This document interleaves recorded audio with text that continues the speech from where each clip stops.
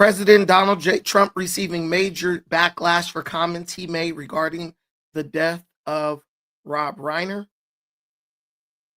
Bondi Beach, Australia hero who stopped gunmen during the mass shooting turns out to be Muslim. And Brandon Johnson, the mayor of Chicago, is back in the news because he is being sued for racism of all things. Thank you for watching. I hope you're having a good morning or good afternoon, depending on where you are. Welcome to Defiant Brandon. Let's tap into this video.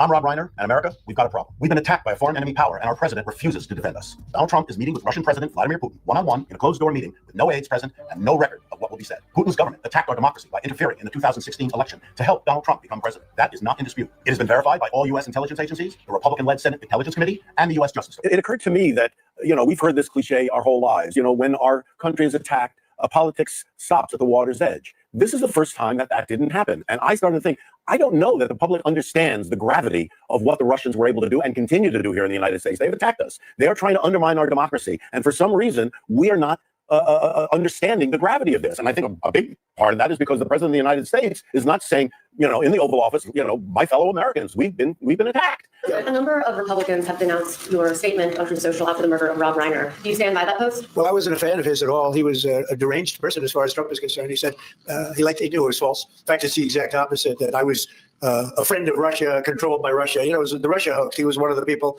behind it. I think he hurt himself in career-wise. He became like a deranged person, Trump derangement syndrome. So I was not a fan of Rob Reiner at all in any way, shape, or form. I thought he was very bad for our country. Yeah. Mr. President, Leader Thune doesn't seem. Our hearts are breaking through all of this, through Rob, through what's happened at Bondi Beach, what happened at Brown, and you don't find the time to say, as Americans, we hate what's happening. You ain't my president, man. We'll be right back. Speaking of horrific, I want to read how the President of the United States responded. Sorry, we're having a little bit of a playback issue, but that doesn't stop us from responding to the initial statements made by Rob Reiner. But I think we can get the video in a little bit better quality if we take a trip over to a friend of ours channel, so that we'll know everything that has been said. Bear with me 1 second. Take a sip of your coffee. Send that email or that text that you need to be sending. I know you're at work. You can fill up this 1 second, this 30 seconds that I'm going to take with doing work instead of listening to me. I think we could use this one. I'm Rob Reiner. We got some good clips right here. Hold on 1 second. Hold on 1 second.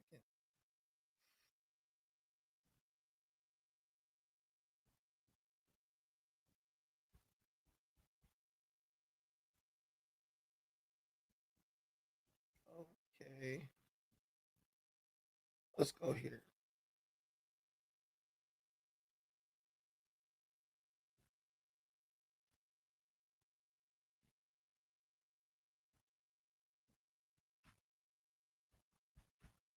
All right. I think we're back on track. We'll start over. Let's try this again. I'm Rob Reiner, and America, we've got a problem. We've been attacked by a foreign enemy power, and our president refuses to defend us.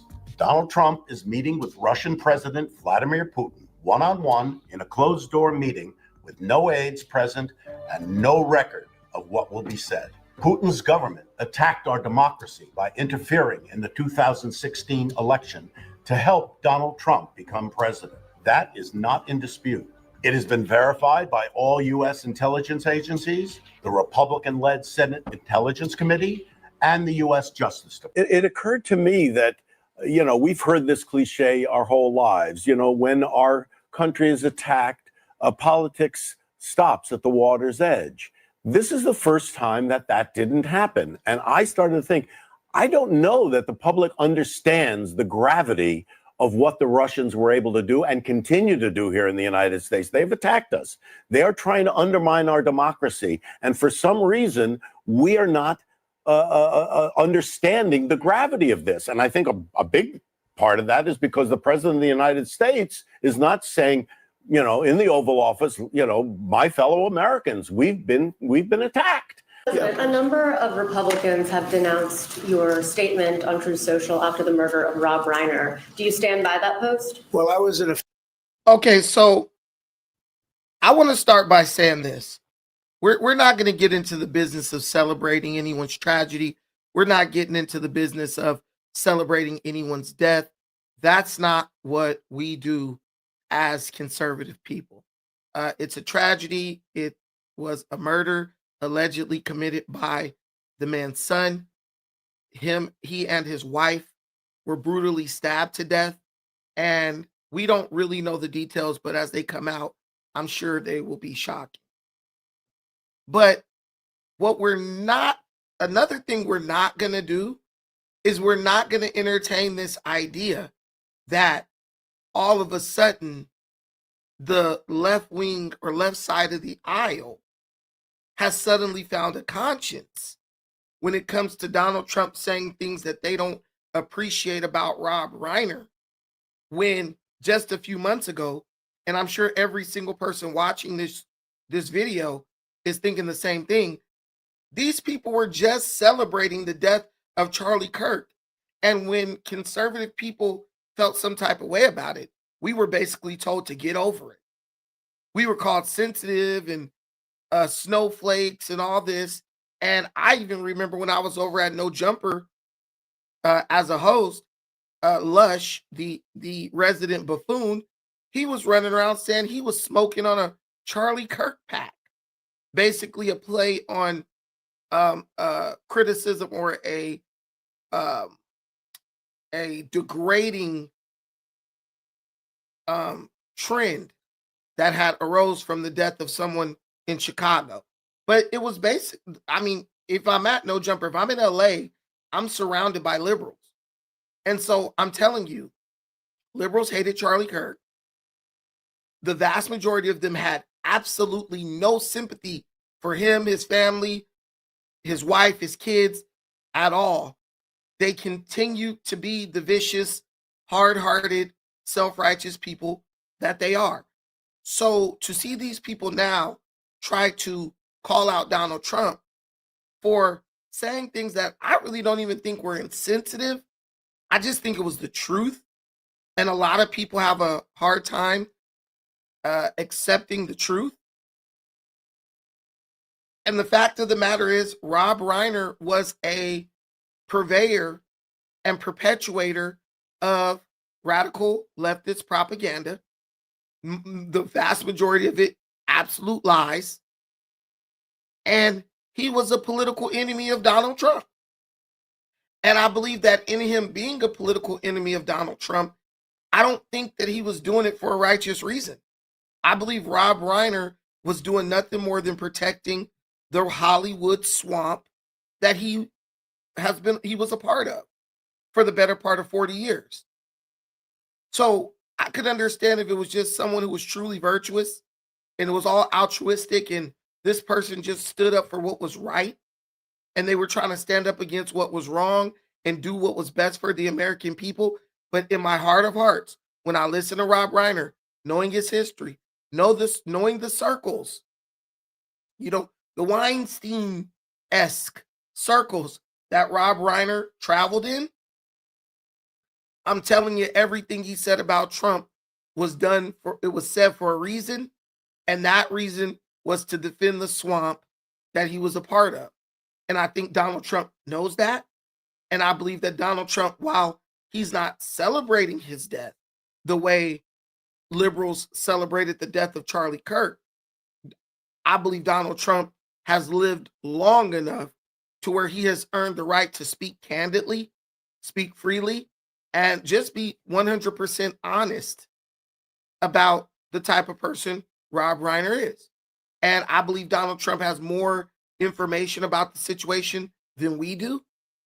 And I believe there may be some truth to what he said about the gaslighting nature of Rob Reiner's rhetoric, which was induced by Trump derangement syndrome. And based on what Trump said, with my little, my tinfoil hat, my little murder mysteries hat on, I'm starting to think that this might have been a political argument that all of us experienced over the holidays. Let's be real. We all argue with family about politics over the holidays. I did. You probably did. Millions of people around the country did, right? Either you're on Trump's side or you're against him. We all had it. I had an argument about it at my uncle's house. It was good. Didn't end in a stabbing, that's for sure. But we all did. And I'm believing that you might have son coming in off the streets, drug-addled. He's kind of being forced to go through the whole dog and pony show of going around to the friends and families events. And his dad, and at these events, it's probably like nonstop Trump bashing. These are rich folks in Los Angeles. They're in the hills. They hate Trump. They love the Democrats who screwed them over in the Palisades and are basically trying to steal their property, right? So I'm pretty sure that the Trump hate and the Trump derangement was absolutely out of control. And his son, who's dealing with real problems, drug addiction, homelessness, etc., just probably got fed up with it. And he probably went at his dad or he went at his mom about it. And it probably started an argument and things got out of hand and he ended up, tragically murdering his parents, allegedly. But if my criminal minds hat is on, this is what I'm thinking happened. And based on what Donald Trump said, it's kind of seeming like that was the case. You got to be careful. There are people dealing with real issues out here in this world.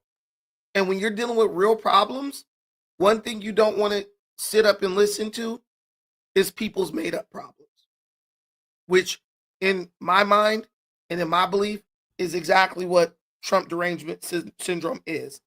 Bunch of people making up, lamenting problems that don't really exist. This is just what I'm thinking. Let me know in the comments what you think about it. What do you think? We're being conspiracy theorists. What do you think may have led up to Rob Reiner's son, Nick Reiner, killing his mother and his father? Let's get back into this. Let's get back to business. Guys, I'm telling you, when I tell you technology has been like hating me this whole week, I don't say that lightly. Everything is kind of like going left. But we gonna make it. We gonna persevere and we will make it through. Don't even worry about it. Okay, we got that. Let's do it. Trump speaking on old Reiner. Because the president of the United States is not saying, in the Oval Office, my fellow Americans, we've been attacked. A number of Republicans have denounced your statement on Truth Social after the murder of Rob Reiner. Do you stand by that post? Well, I wasn't a fan of his at all. He was a deranged person as far as Trump is concerned. He said he knew it was false. In fact, it's the exact opposite, that I was a friend of Russia, controlled by Russia. It was the Russia hoax. He was one of the people behind it. I think he hurt himself in career-wise. He became like a deranged person, Trump derangement syndrome. So I was not a fan of Rob Reiner at all in any way, shape, or form. I thought he was very bad for our country. Yeah. Slips, Mr. President. Leader Thune doesn't seem. Our hearts are breaking through all of this, through Rob, through what's happened at Bondi Beach, what happened at Brown, and you don't find the time to say, as Americans, we hate what's happening. You ain't my president, man. Man, let me tell you something. These people are actors. They're really good at convincing you that the things that they're saying are real. But in reality, these people are heartless for the most part. They want you to believe in what I was calling yesterday. Does anyone remember the term I coined yesterday? the five finger fallacy. You have a person who is Jewish who wants you to believe that Donald Trump, who is probably one of the most avid supporters of the Jewish state, is somehow operating in a way that is out of favor with the Israeli state. Yeah, right. As much money as they gave him, you really think that if Trump was meeting with Putin and he was a agent of Russia, do you think Jewish people would be actually coming out against him? If he was doing that, that definitely would be something that's in line with what with what the Israeli state wants, right? That's what they say. Oh, Trump's a puppet of Israel. So if Israel is against Russia, and Trump is, how can Trump, who is a puppet of Israel, be colluding with Russia, and vice versa? So all these Jewish people in Hollywood who are all against the Ukraine situation, they're coming out to bash Trump. Oh, he's a Russian agent. But then the same group is accusing Trump of being an Israeli puppet. Make it make sense. The whole situation or the entire narrative is contradictory. But this is what they do. You have to believe that there are five fingers when there are really four. And then Whoopi Goldberg, as much anti-Semitic rhetoric as The View spewed when we were dealing with the Gaza situation, as much anti-Semitic rhetoric as these Hollywood elites and the radicalized liberals spewed during the Gaza conflict, and now all of a sudden Trump is not your president because he's not being sensitive enough to the situation at Bondi Beach. Come on, guys. You were literally supporting people getting kidnapped, Jewish people getting held hostage at American universities as radicalized liberal students were taking over campuses all over America. Now, all of a sudden, my heart goes out to the Jewish people who lost their lives at Bondi Beach. Who believes this? Who is dumb enough to believe this? So on Monday, I can be anti-Semitic, but then on Friday, I can be pro-Israel as long as I'm able to weaponize that against Trump. These people are constantly moving the goalpost. They're constantly trying to get you to believe something that you and they know are not true. Collectively, we know it's not true. But they're trying to force you to say that there are five fingers when there really are only four. Little boy blue, guys, listen, we're having the morning show. The show belongs to all of us, really. I'm tired of the rules of YouTube. I'm tired of this, oh, Brandon, you can't have people call up. You can't have any of that crap. Man, I want you guys to call up. I want these. I'm putting the link in the comments. Come up, give your opinion. Let's make this a discussion, man. You're at work, you're bored. You're at home, you're bored. You're with your family. You really don't like them. You know, you want to escape. There's the link. It's in the comments. Come on, let's have a conversation. You guys keep calling in hell. We'll do this every morning at 10 o'clock for all I care. This is your show. This is your channel. It's going to be whatever you want it to be. I'm just here to give some opinions. You might not agree. That's the way the mainstream media is spinning it. I don't agree with it. That's not the way I see it. I don't believe you can be an anti-Semite on Monday and then on Friday suddenly your heart goes out to Israel. Your heart goes out to the Jewish people. That's why I say, look, I'm not in it. I hate to see anybody dying on either side. I can understand there were some things that were done incorrectly when it comes to the Israeli state, when in the Gaza Strip situation, the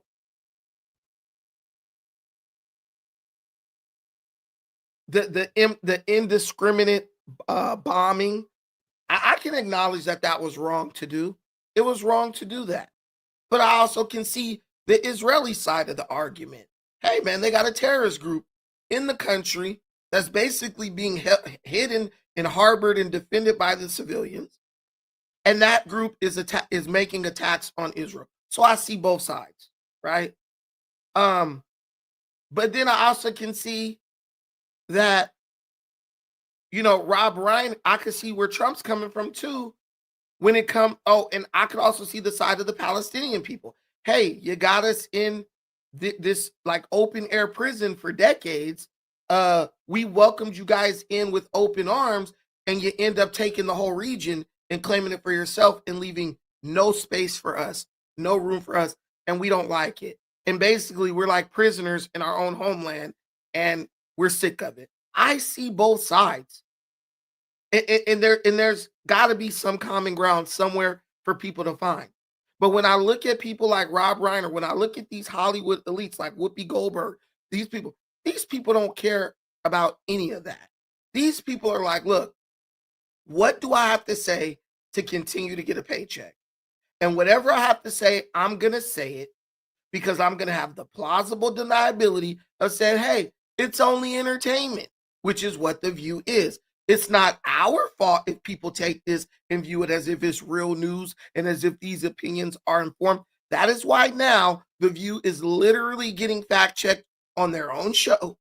And the producers are literally sending down notes to the host, making them apologize and retract lies that they are telling in real time. It is what it is. But I'm not falling for it. If you want to fall for it, you can. They got you if you fall for it. I'm going to look at the facts, and I'm never going to tell somebody that they have to love or protect or defend somebody who wasn't showing them the same sentiment. Rob Reiner was actively engaged in spreading false propaganda about Trump due to Trump derangement syndrome. And what we understand about Trump, what we understand about this situation is this was not just friendly political banter. People were literally making attempts on Donald Trump's life based on these lies that were spread. People were actually getting weapons and going out in attempts to assassinate Donald Trump. So don't tell me, oh, it's all part of a political game. Don't tell me, oh, man, it was just all in fun. When what you're saying or what has been said, the things that have been said that you're actually regurgitating and perpetuating, those things are leading people to go out with the intent of inflicting bodily harm or, let's be real, killing the president of the United States. No, I don't expect Trump to say anything good about this guy. If Trump said something good about Rob Reiner, I wouldn't believe it. I would believe it was all phony anyway. So I like the fact that the president stands 10 toes down. He's not shaming him. He's not disrespecting him. The reality is Rob Reiner disrespected himself, and Donald Trump reminded us of that. We'll be right back.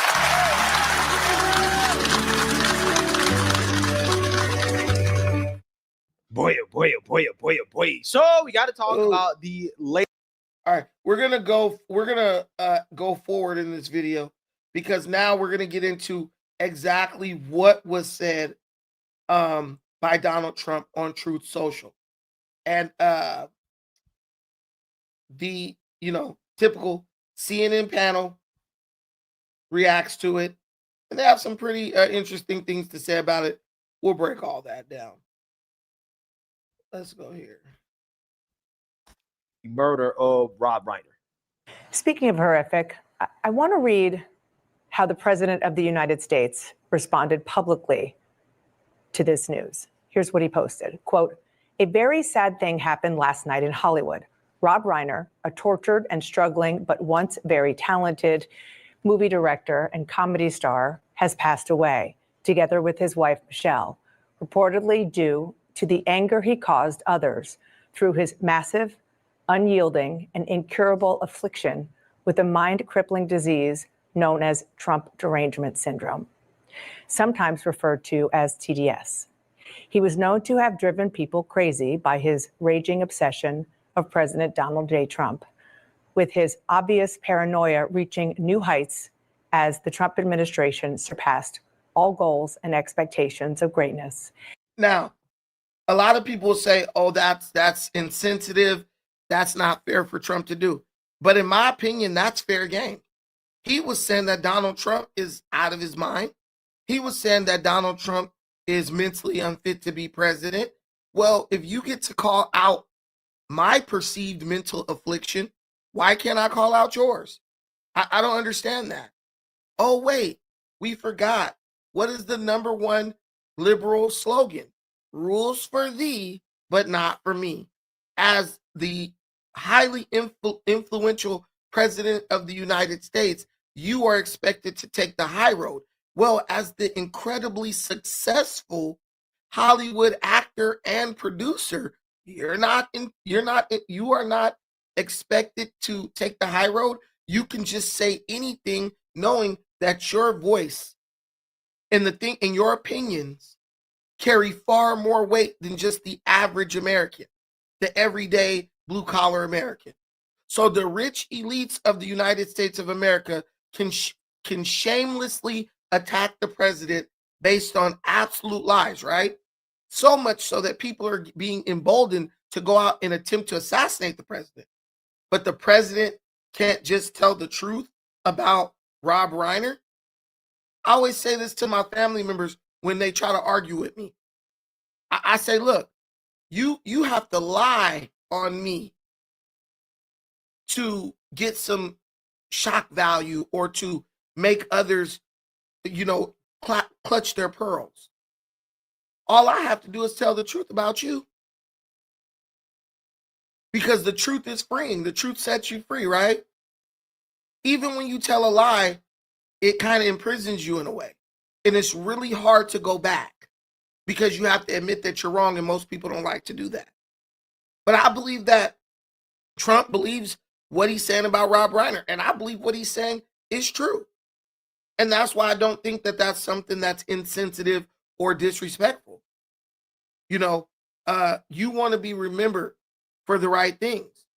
And when you join the Hollywood swamp and engage in the spreading of propaganda, when you purposely spread propaganda, knowing that it is putting the life of the president of the United States under threat, in my opinion, all bets are off. And with the golden age of America upon us, perhaps like never before, may Rob and Michelle rest in peace. My panel is here now. The days of us expecting this president to be a consoler-in-chief, a uniter-in-chief, even anything close to that, those are long gone. That ship has long sailed. So the bar is low, like really low. And this is a statement that came in so far below that bar, it's hard to even put words to it. Listen, America, we have to be realistic. I don't need the president to be a consoler-in-chief. I need the president to be a truth teller in chief. I need the truth from Donald Trump, no matter how much it hurts. Because what he's saying and the way he says it has an impact on the lives of every single American. What about CNN? What about Dana Bash? All the lies she tells, the way she spins information. Rachel Maddow, Joy Reid, Tiffany Cross. Let's be realistic. The things they've done and the things they said have made every American less safe, right? Because these were the people who were telling us that Donald Trump was a racist because he didn't want to allow potentially radicalized Islamic people into the country. He wanted people vetted before they were allowed entry into this country. And they celebrated Joe Biden and called him a hero and a much needed breath of fresh air and change from Trump, though Biden has allowed what experts are estimating. Biden has allowed up to 18,000 potential terrorists into the United States. The FBI and the intelligence community has said that it is possible that they estimate that there are at least 18,000 radicalized elements within this country who entered into this country primarily during Biden's presidency when we saw open borders and people being allowed in.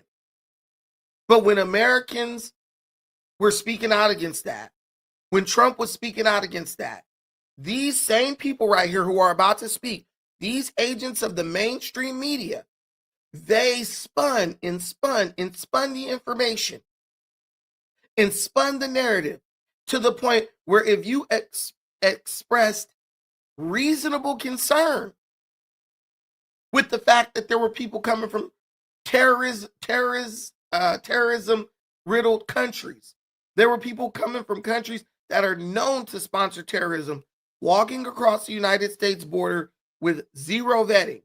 If you expressed any concern about that, you were a bigot, you were a racist, you were a xenophobe, you were Hitler, you were a Nazi, and it didn't really matter what color you were. They were the ones who shamed you for wanting to keep your children and your country safe. So their word doesn't carry a lot of weight with me, but we're still going to listen to what they have to say. It's beyond the pale. Any 5-year-old can see that statement and know that's not an appropriate thing to say. You don't have something nice to say, you don't say it as like a rule that children are taught. But what it also shows me, and this isn't. The truth is never appropriate with these people. Oh, you can't tell the truth because it's going to hurt my feelings.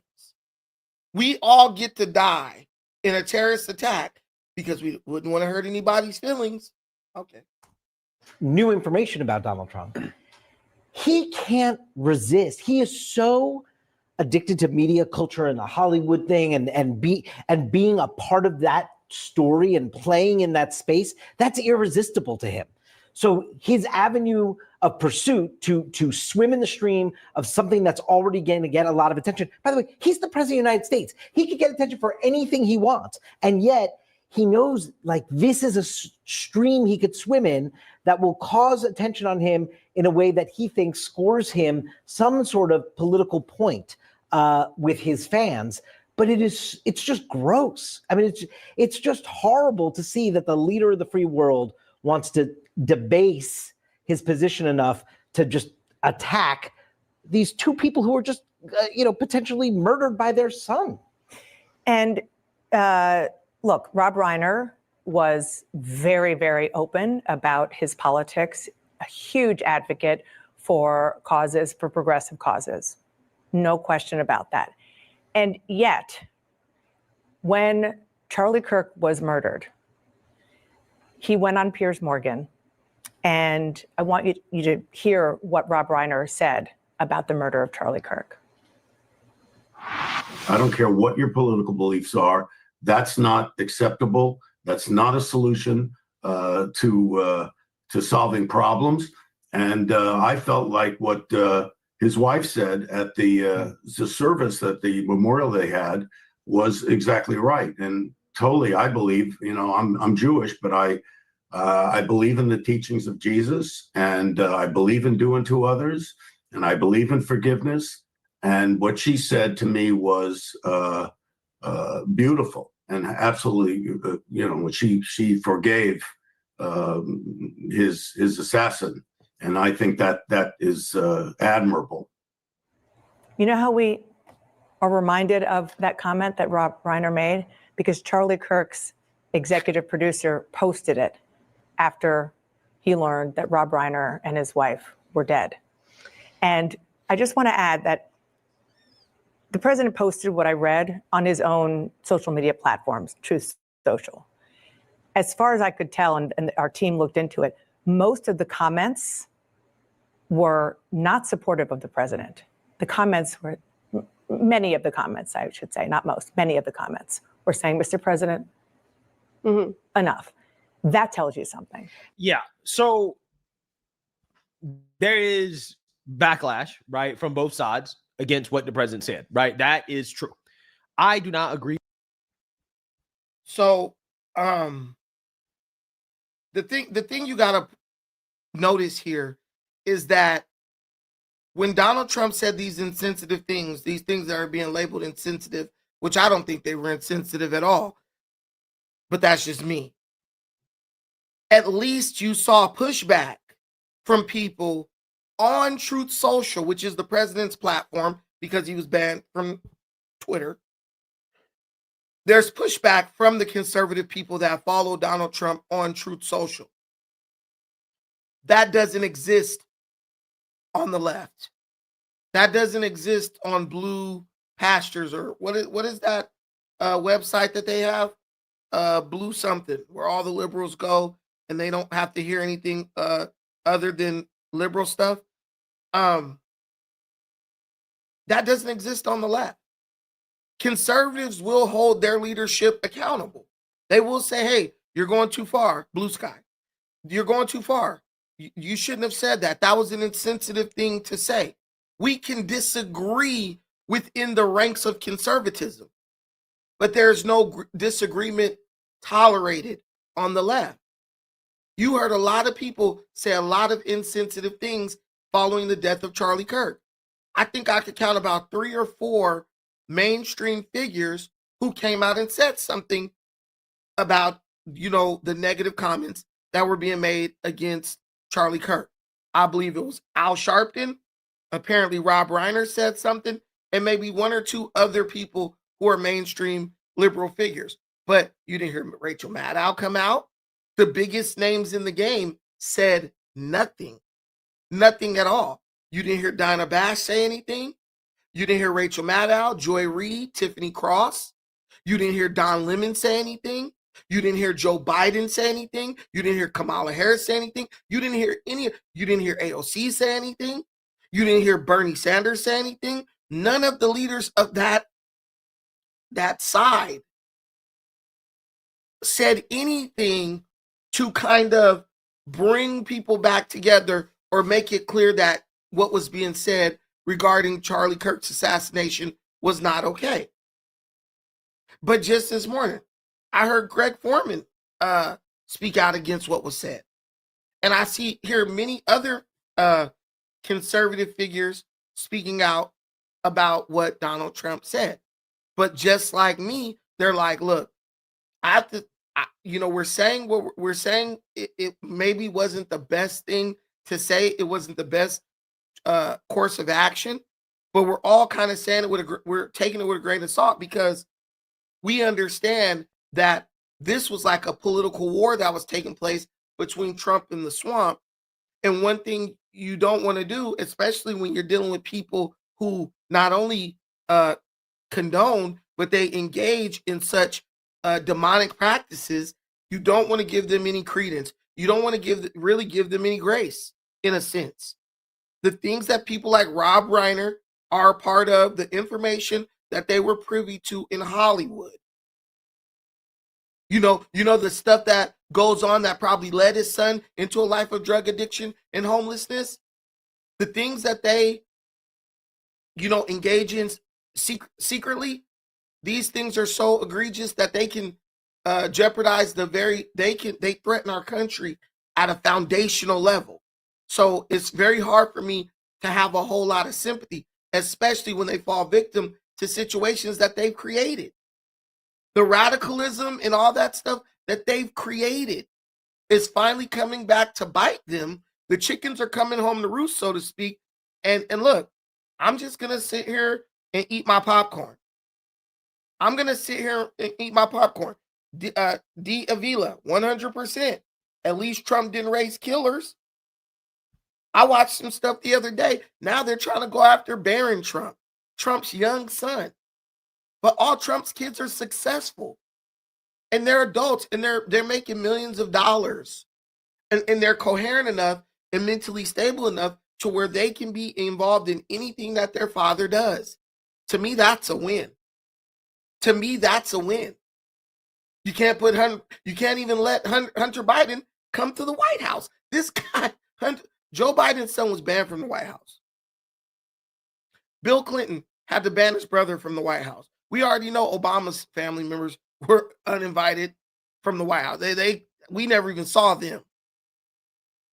But I don't think Trump is like an angel, but I don't think he's a bad guy. And if he is a bad guy, at least he's, putting some good into the world. The kids are innocent in this stuff.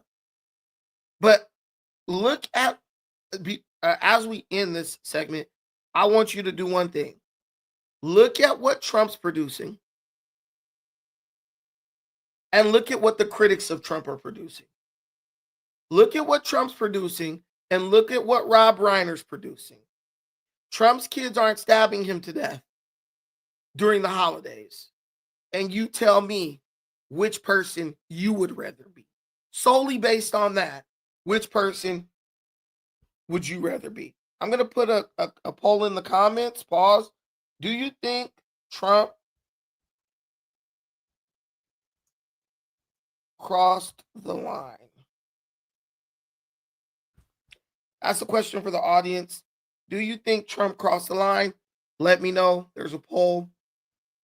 Also, please remember to hit the like button. Please subscribe, share if you have not already. We are going to go to our next story. And let me know in the comments if you're enjoying these little morning shows. I know I'm losing a lot of viewers with these topics because a lot of my viewers, they want to talk about celebrity gossip. But this is what I'm on right now. It is what it is. This is what I'm on right now. So we covered yesterday the situation that unfolded at Bondi Beach. And we watched the video of that. We surprisingly kept our monetization.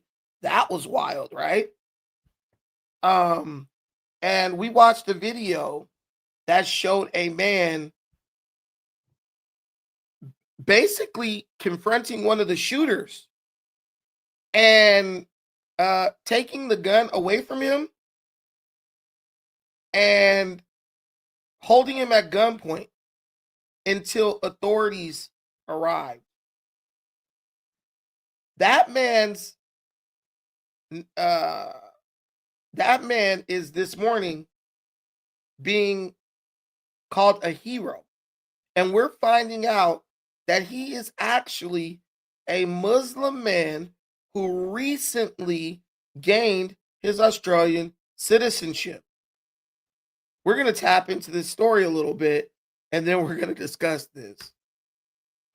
You see the man in white there running up and tackling that suspected gunman. There is a struggle, and you can see he appears to wrestle what looks like a shotgun out of that man's hands. Now, the individual in white has not at this point been identified, but local leaders are hailing what they say were extraordinary acts of personal courage by people who just jumped in at the scene. It is very likely that that man saved some lives by appearing to disarm that gunman. We know that at least 29 people were taken to hospital. Among them are 2 police officers. Authorities are saying police were on the scene and engaging in a gun battle with these shooters within just minutes.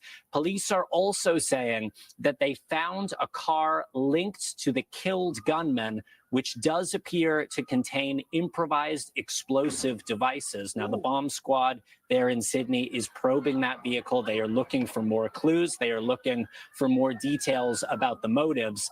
And Willie, a massive police investigation is now underway, but we can already say at this point that this is one of the worst gun massacres in Australian history. We thank you for watching. And remember, stay updated on breaking news and top stories on the NBC News app.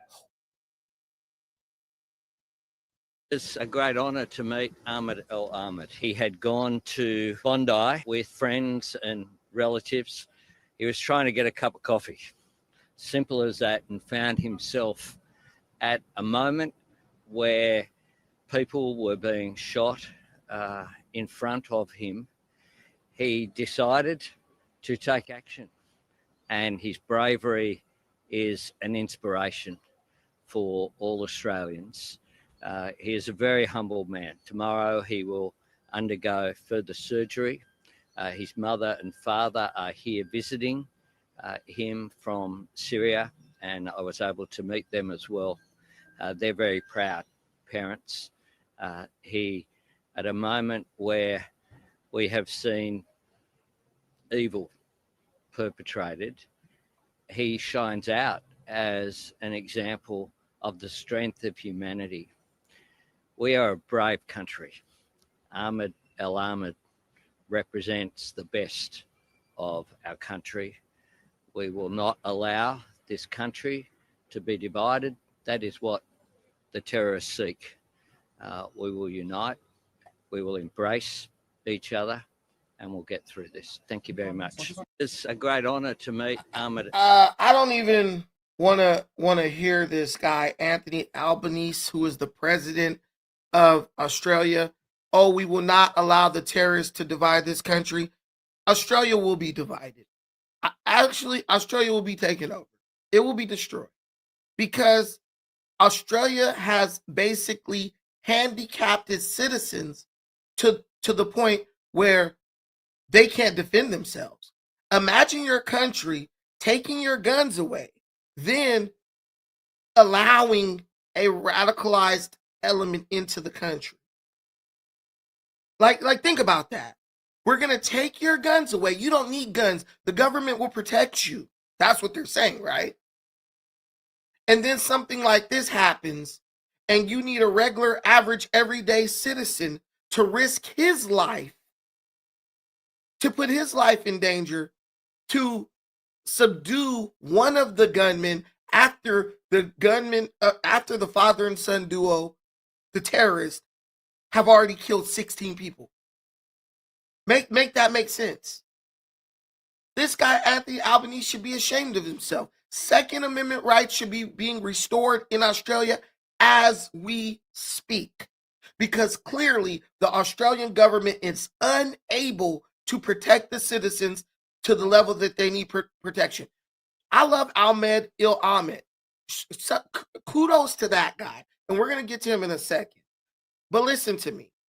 This man is an immigrant from Syria who is a Muslim. Not only was he there at that time and has been granted citizenship, but his parents just so happened to be on vacation visiting him in Australia. So tell me, what do you think the vetting process for Islamic people coming out of the Middle East being given access or entrance into Australia? What do you think? How stringent do you think that process is? We are at the point where 2 Muslim terrorists shoot 16 people. A Muslim person stops that person, and the Muslim person's parents are already in the country visiting him.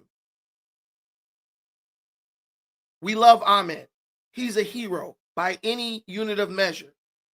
But dude, you're bringing a lot of people from a very volatile place into your country. And the more people you bring in, the harder it is to make sure that no potential terrorist or radicalized elements enter into the country. That's what you need to be thinking about. But I want to talk about this Ahmed El Ahmed guy. The guy has 2 first names. Ahmed Al Ahmed. This guy just is an absolute beast. He's an absolute beast. I mean, I already told you that the men of Australia are absolute cowards. I've said that, and I'm not going to stop saying that. They're cowards for 2 reasons. One, they allowed their government to take away their right to bear arms. Australia has fought in every major war. So you know they're about that business. They don't shy away from a fight. But the men of Australia allowed themselves to be castrated by their government to the point where when someone goes to a beach and decides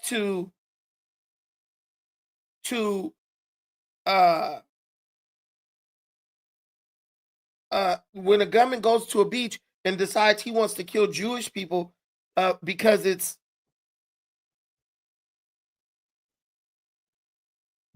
Monday, the Australian men are hiding. They're cowering. They're cowering, running away, hiding yelling slurs at the person, yelling insults at the gunman, but too afraid to actually do anything to protect the innocent people who are being slaughtered. That's what I have a major issue with.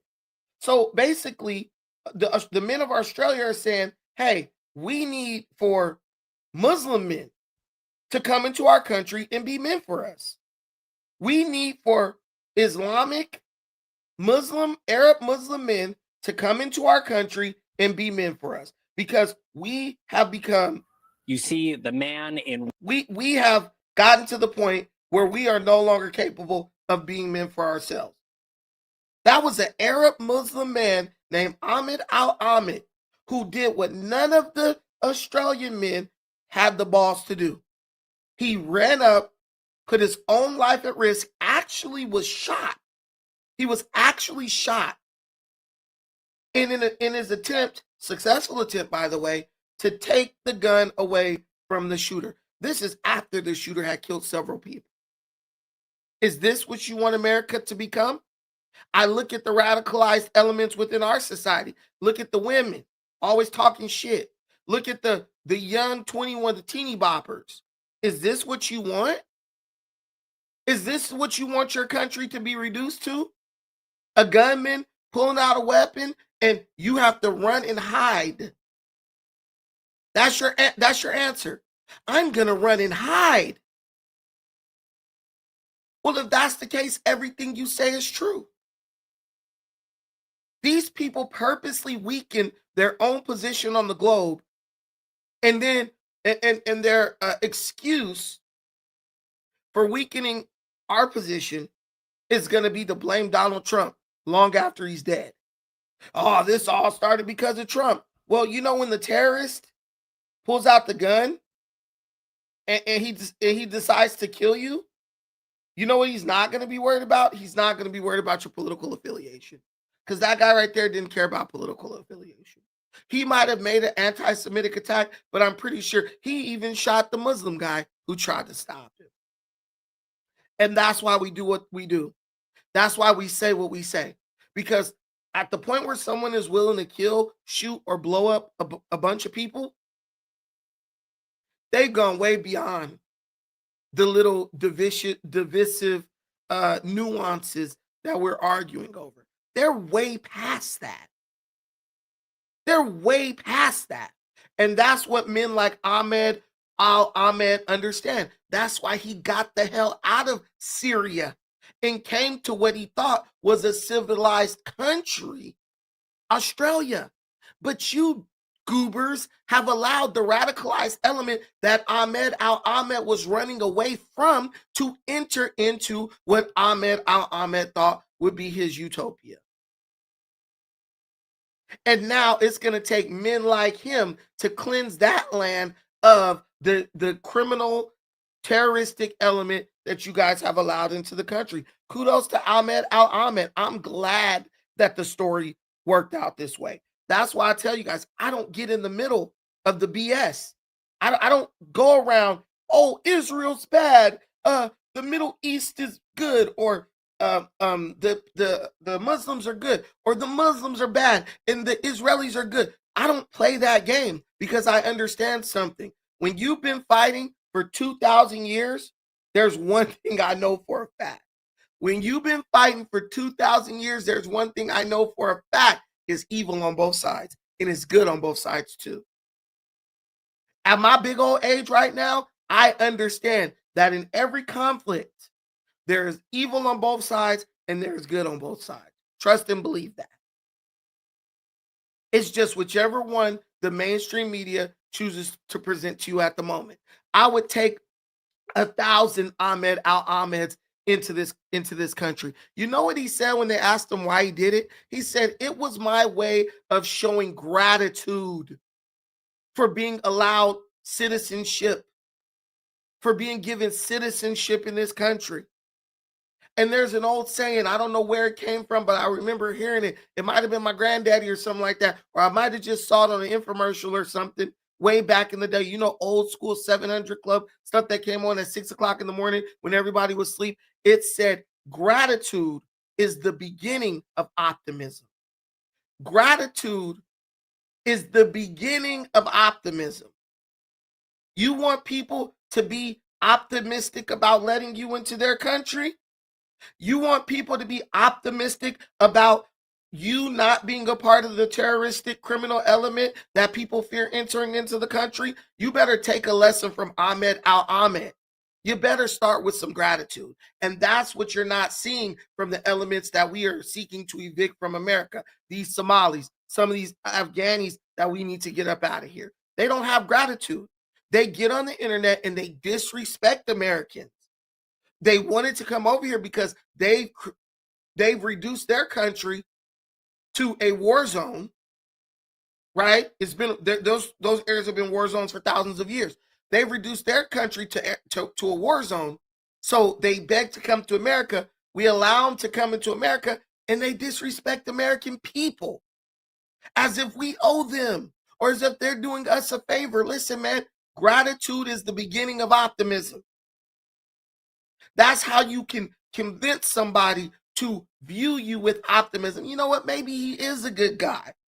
And Ahmed al-Ahmed is the poster child or poster man of that. That Muslim right there, I want him here. That Arab man right there, I want him here because that's an Arab man. He thinks for himself and he makes decisions. He does what has to be done. He could be on the other side, strapping a damn bomb to himself, going into a building, blowing everybody up, but he's a real man. And he was given access to Australia, and he's gracious for it. And not only is he gracious for it, he operates based on that gratitude. He did what none of these Australian men, they were too cowardly to do it. They hid and they yelled slurs, and then they try to attack the shooter after he's already been taken down. It's not the Taliban's fault that you were a pussy to where you gave your guns up. You let a guy in a suit, a damn dictionary salesman, a damn vacuum cleaner salesman convince you, oh, no, put your guns down, we'll protect you. That's the beginning of ignorance right there. Giving up your guns is the beginning of the end for every country. Trust me. You can keep, well, what about this country? What about the country? No. Giving up your guns is the beginning of the end for freedom. I promise you. I promise you. But it is what it is. Shout out to Ahmed al-Ahmed. Kudos to bro. If he's ever in America, look me up. I'll buy you a beer or Camel Plus or whatever you guys drinking over in that godforsaken desert. But I like that guy, and we need more Muslims like that dude. He's a good dude. Okay, now we got to move on. We got to go to Chicago. Y'all want to take a trip to Chicago? We're going to take Frontier, or we might take Spirit. We might even take Soul Plane. But if y'all trying to get there, we're going to have to get on something. Do y'all want to go on a trip to Chicago to talk about another blunder by the Brandon Johnson administration, the mayor of Chicago? I don't even know why they're calling this dude. Munchie B is more of a mayor than Brandon Johnson at this point. Munchie B is more of a mayor than Brandon. The Chicago should elect Munchie B. Hear no evil, see no evil, speak no evil, Munchie B. They should elect him to be the president, the mayor of Chicago, because Brandon Johnson is failing, and it doesn't look like it's getting any better. And Trump wins the poll. 67% of the people watching say no, Trump did not cross the line. They feel that Trump was justified. They feel that my guy, Trump, was justified in what he said about Rob Reiner. And I'm glad. That's how I know we are like-minded individuals. And I would rather have 3 people of a like mind around me than 1,000 people who they want to play games and engage in cognitive dissonance. So let's give you another poll. Pause. Let's leave every topic with this. Is Ahmed al-Ahmed a hero in your eyes?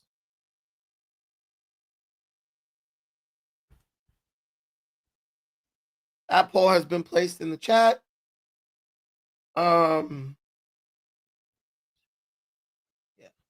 That poll has been placed in the chat. So so participate in that poll if you would like to. You good on laughing like sockets? You better not go nowhere. You better not go nowhere. Shout out to Sucker Season LA for blessing the channel with a super chat. Guys, let's not let Sucker Season or all the normal people do all the heavy lifting. If you're in a position, please contribute to the stream, and we can keep on doing this. We can keep on doing it. I like meeting with you guys in the morning. I have more energy in the morning, actually. I'm getting old, man. Thank you so much, my brother, for the $5 holler. Also, if you don't have super chat, Cash App, Zelle, PayPal, it's all pinned to the top if you want to contribute through another way. Let's go to, and guess what? The more you contribute, the more I just keep going. If I have time, I'll just keep hitting up topics. Because, I mean, I like covering this stuff. And I like reacting to things fresh, like in real time. Real quick, though. Your boy, oh, man, I don't know where I put that thing. I don't know where I put that thing. Oh, well. Let's go over to Chicago.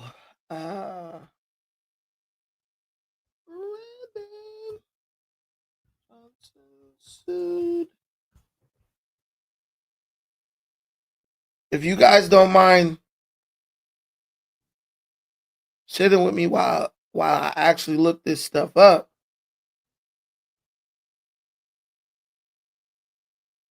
Damn, man. Let me see.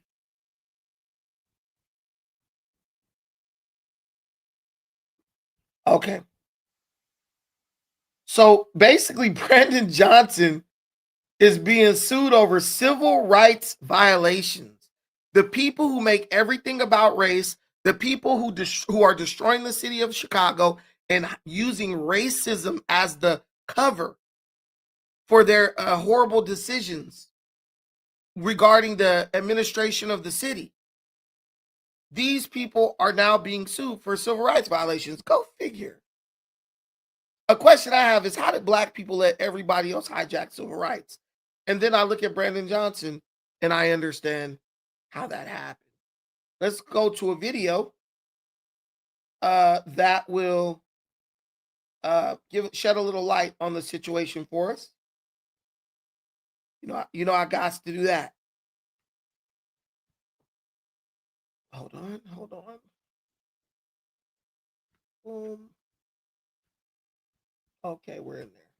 We in this thing. Now look, white supremacy is real, y'all. Say that. I'm gonna say that one more time. Say that. Because in case the city of Chicago don't know, you got a black mayor with a black wife, black children on the west side of Chicago.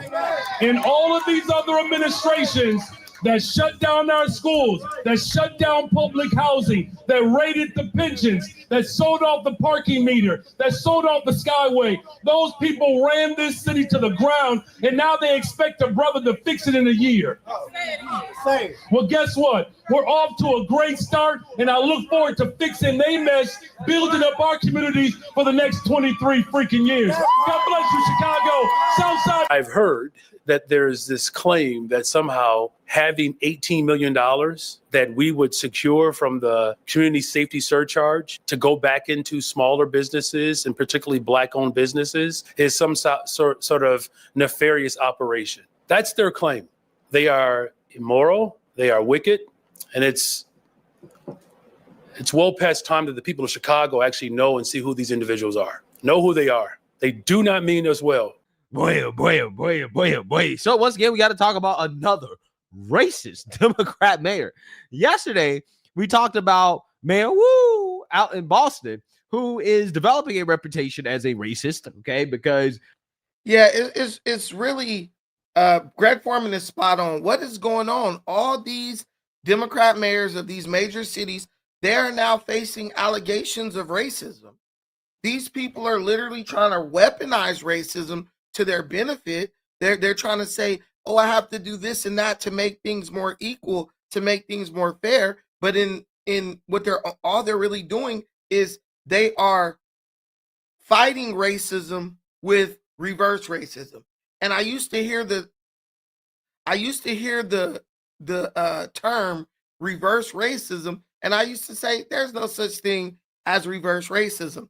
But I was wrong, because we all know that the idea of racism is based on that group or that person having the ability to impact your life in a negative way, having the power to actually inflict harm upon you at a systemic level.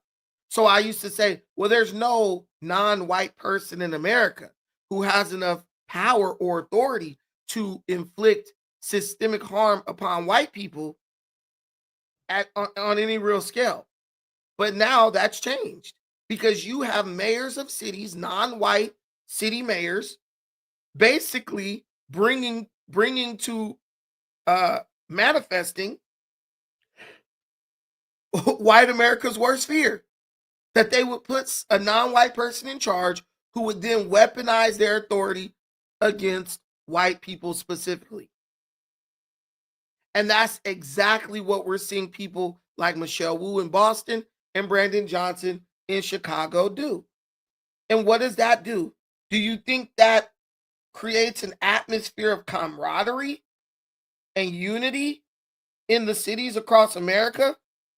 Or do you think that makes white people, who still greatly outnumber black people in this country, and greatly outnumber all minorities in this country, do you think that makes them want to play nice with you?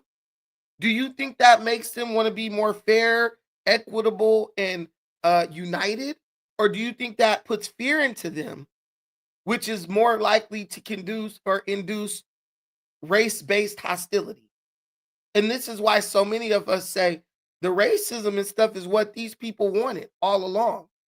Your ancestors may have fought for desegregation, civil rights. Martin Luther King may have said that he wanted his children to be judged by the content of their character, not by the color of their skin, but by the content of their character. But the people who followed Martin, the people who came after, they are 100% determined to exploit the civil rights situation that Martin Luther King created for their own personal gain. And the exploitation actually weaponizes civil rights against the dominant society. I mean, like, am I wrong? Do you guys feel that way too? Am I alone in that sentiment? Because how in the hell are you saying we're going to make the city more equal and more fair by discriminating against white folks? That's crazy to me.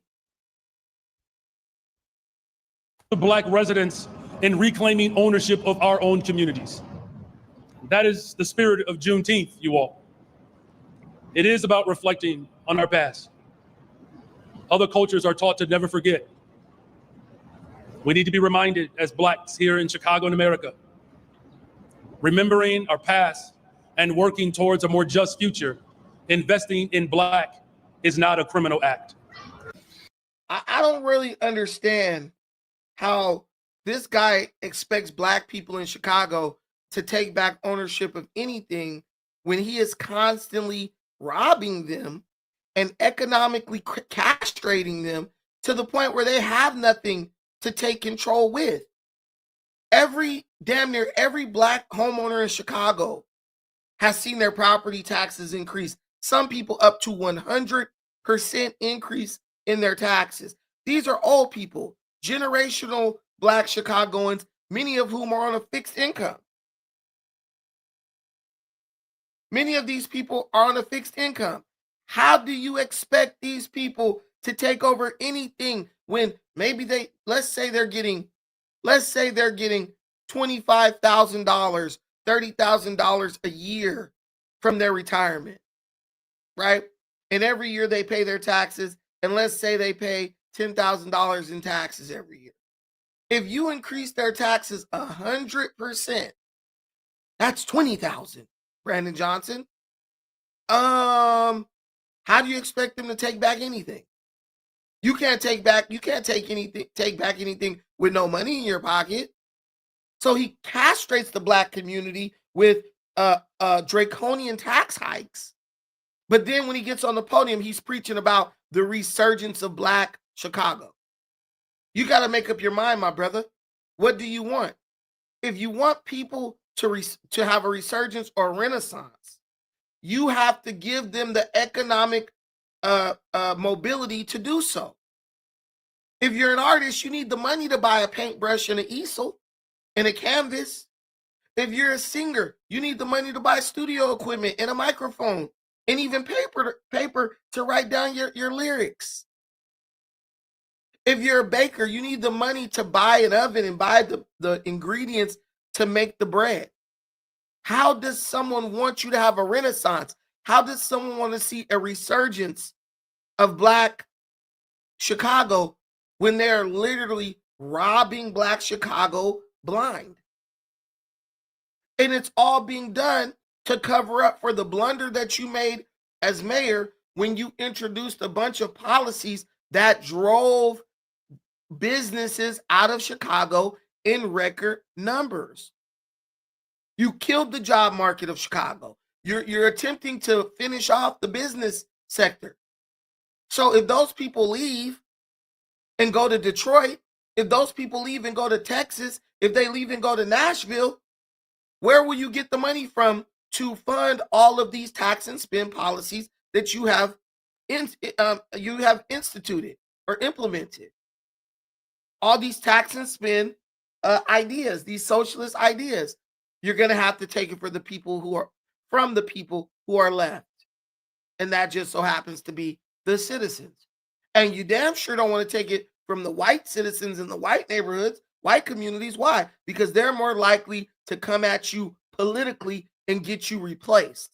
So you're going to go to the group that you know is the least politically viable, the least politically motivated in the city, the African-American population. Brandon Johnson just discussed. Real Chicagoans woke up this morning relieved that the Department of Justice is finally investigating your race hustle. As someone who grew up on the south side of Chicago, I've heard a lot of race hustlers in my life, trust me, but they were usually marching around outside of City Hall, which is what makes this so embarrassing and dangerous. Very, very dangerous to the city of Chicago. Okay, we need the question. I'm more than happy to ask this question. It's long overdue. For over a year, real Chicagoans, white and Black, have been telling me that your Black power rhetoric is bringing the city backwards from a place that we need the question had overcome. You want the question? Please. Real Chicagoans want to know, why are you a racist? Well, first of all, I reject the idea and the premise that somehow that's an actual legitimate question. I love this reporter. I don't know his name, but he's always coming at Brandon Johnson. And that is true journalism.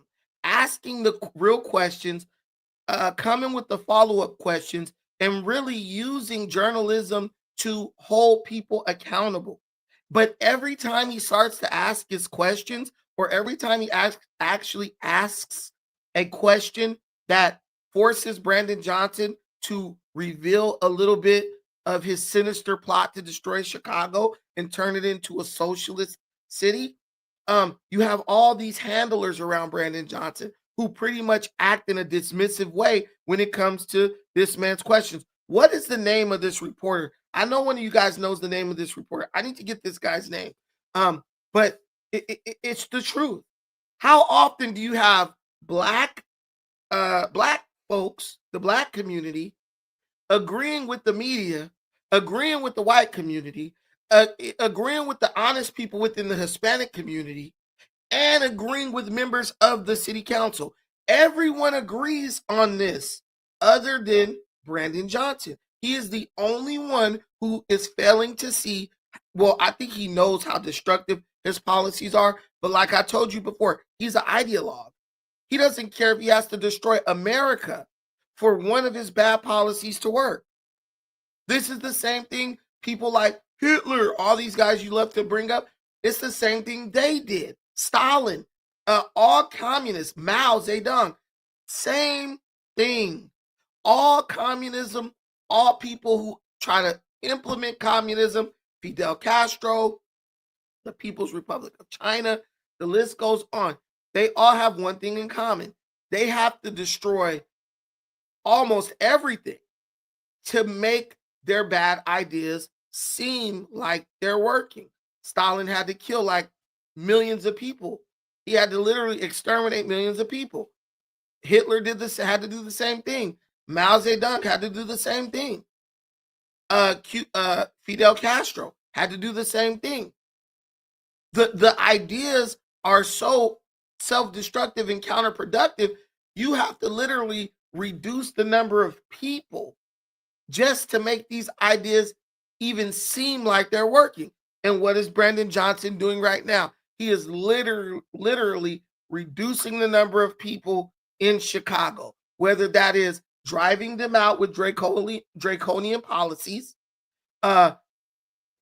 literally slaughtering them by allowing YNs to run rampant through the city, killing people unchecked, or by simply silencing people like he's silencing the media like he does every time he's in a press conference. Tell me I'm lying.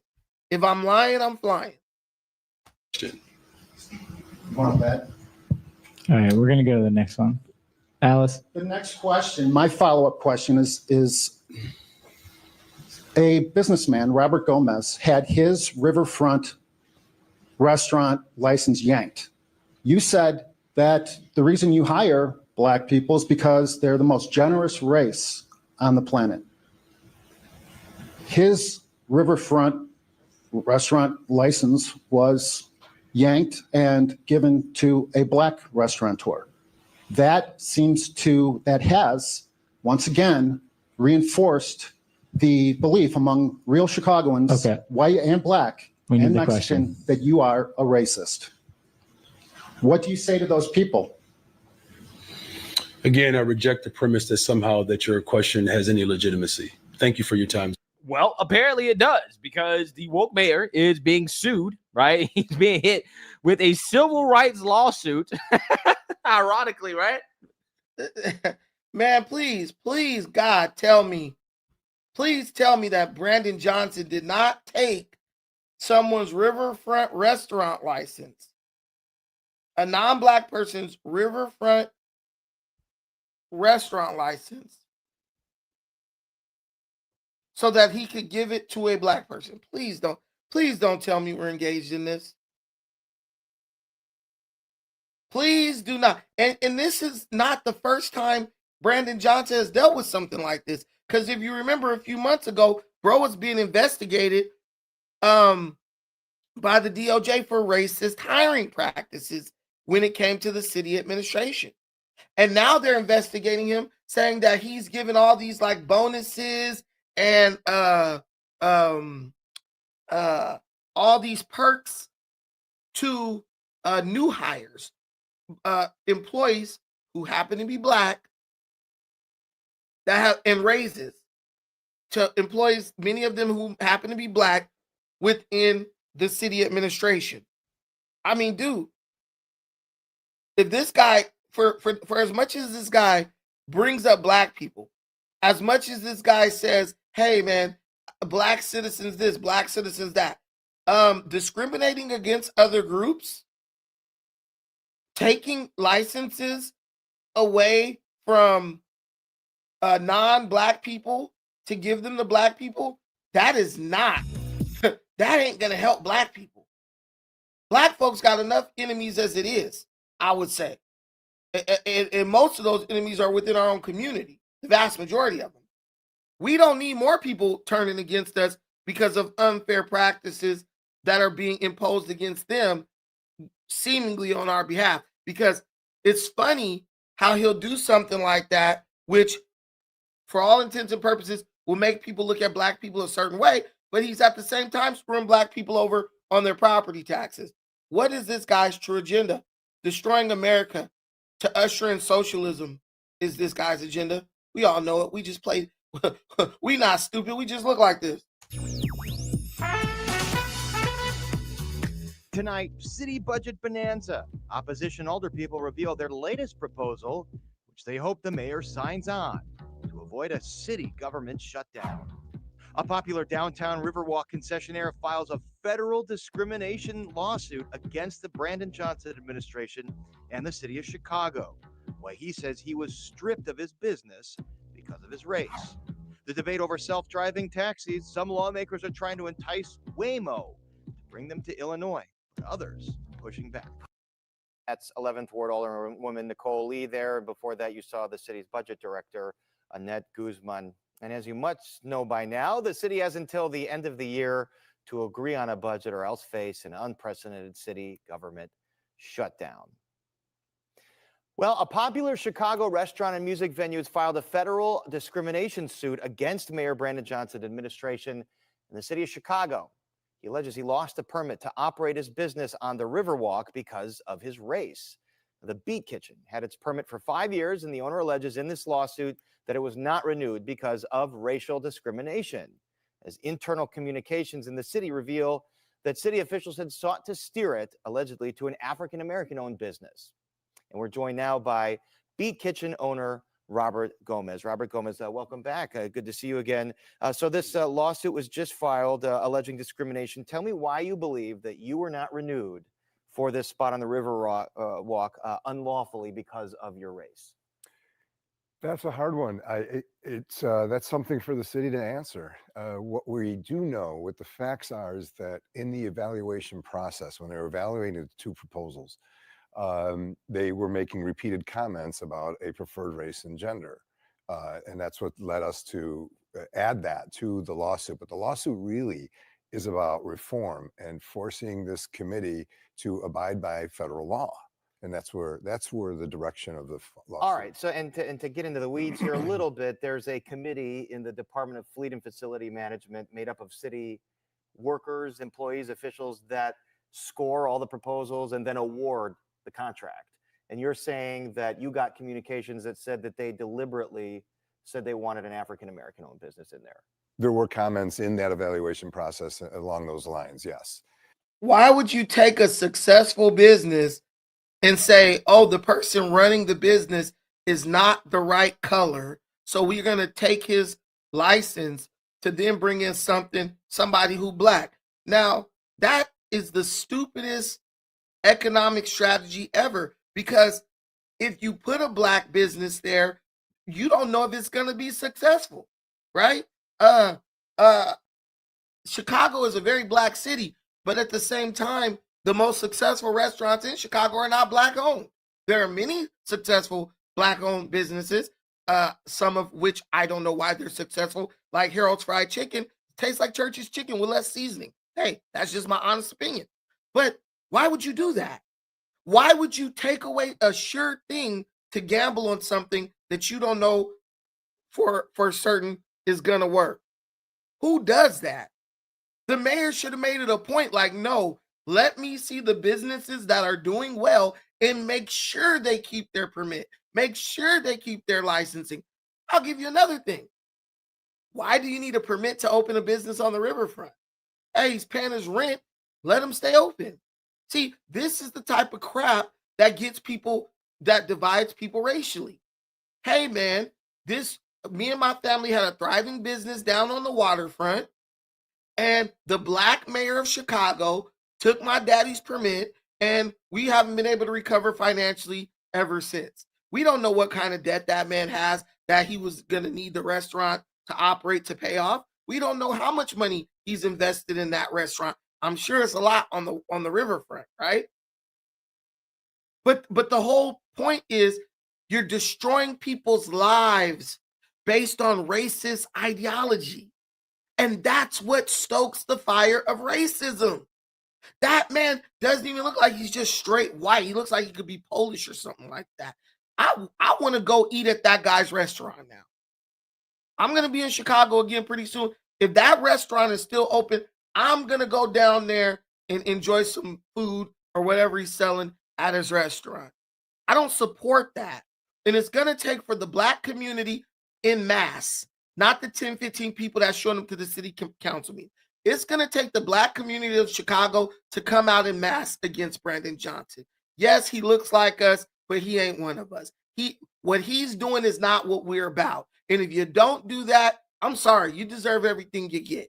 I don't want to hear racism. I don't want to hear you crying about racism when you're sitting up condoning and helping to perpetuate a reverse racism narrative, or actually actions, just not words and rhetoric, but a reverse racism narrative against other groups of people. This guy doesn't deserve that. I don't know him from Adam, but if you're doing an honest day's work, you deserve an honest day's pay. And if you invest, you deserve to reap the rewards. He's been investing for 5 years. To have this stripped away from him is wrong. But they also, I mean, there's so much more to it, so much more to unpack. They also were extremely biased in their scoring when they were looking into two proposals. Adding to that, I was the only applicant to submit a proposal on time. There really was only me to deal with. That was their obligation based on the rules and regulations, was to deal with me and finish that process. They solicited an application from someone else to put a proposal together after the deadline. We are told over and over again, you're 1 minute past that deadline, you will be rejected. And yet they were able to solicit, pull a proposal in, and go through the trouble of scoring it. It was just all about, everything about that is wrong. And I was reading your lawsuit. Basically, this other restaurant that went in there, it's Hare's, a popular South Side kind of Louisiana Cajun cuisine. They didn't even initially apply to go in the spot that you're in. It sounds like some of these officials had steered them that way. Yeah, I feel my guess is that they were, according to the documentation, they were coerced into applying. They just did what they were asked to do. Right. And I totally believe it. I totally believe it. It's to the point where you're not allowing healthy economic competition. You're not allowing healthy competition. What you're doing is you're trying to fix or rig the system to make so that the optics, agree with your narrative. Oh, look, under my administration, we opened a record number of Black businesses, or we saw the expansion of Black businesses. It's like they're artificially rigging the narrative of this guy's next campaign. Yeah, we're going to get the numbers right because they're all about the numbers, but they're only about the numbers if they get a chance to rig the numbers. That's it. We're going to force Black businesses on the riverfront, and we'll let them, whether they're successful or not, we'll do everything to keep them open until Brandon Johnson's next campaign, so he can say, yeah, under my administration, we saw record growth in Black businesses, record expansion, yada, yada, yada. We saw a Black business get put on the riverfront for the first time in history. This type of stuff. They're manufacturing narratives, and it's absolutely diabolical. Hey, Brandon Johnson has to go. He has to go. And pretty soon, if they get that way, you're about to start seeing a bunch of Mexican restaurants popping up all over Chicago. Watch. This isn't about Hare's. This is about the committee and the way they feel they can conduct themselves in whatever way they want without having to adhere to any rules or regulations. At the same time, you are getting you had had this permit for 5 years. You had operated 3. 2 of those years was COVID shutdowns. Doesn't the city reserve the right to let out these contracts to who they choose? Absolutely. So long as they apply in a timely manner and with a full proposal. Absolutely. If that were the case, I would not have a case. I wouldn't have a federal case. And so you're saying you're the only person that. Yeah, they're not even following their own rules. He said no one even applied for the permit for the space. Now all of a sudden, all these people have applied. Then these people are getting back to him saying, "Hey, we were told to apply. So we really weren't worried about applying. We were told to apply by the city government. They want you out that bad." And I promise you, what I would like to know is whether or not this guy was a supporter of Brandon Johnson in the mayoral election, because this could be retaliation against a political opponent. That's what it's looking like to me. We're going to get his ass out of there. I want to know this guy's voting record because you know they do. You know they do. They could. You think your vote is anonymous, but the city council and all these people, they know who you voted for. And if you voted against them, they're going to operate. They're going to work against you. The regulators and the inspectors, they're going to be coming by your business 10 times as much as everybody else. Alice Angel, it is well known that Mayor Brandon Johnson is illegal immigrant friendly. Perhaps that spot has been earmarked for them. Hey, maybe. We're definitely going to find out in this federal lawsuit. Shout out to the contributors. Laughing Like Saga, thank you for the $2 holler. Staying in North Carolina, I'm not built like that.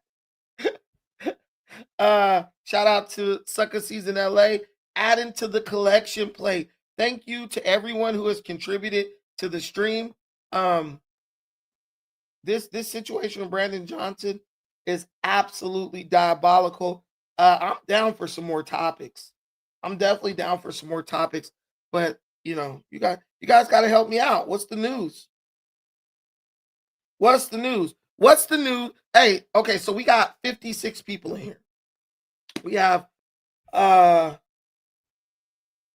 24 over on X. We have 31 on YouTube. I know most of you are at work. I know you're busy. But if you have a free hand, I want you to tell me, what are you doing? What do you do for work? Or if you don't want to say that, tell me whether or not you're at work. Are you drinking coffee like me? Are you drinking water? Are you sneaking a little sip of the booze while you're at the job? I want to know what you're doing right now because it's 11:52 a.m. in California, and I am talking to you all. And I really don't have much to do today.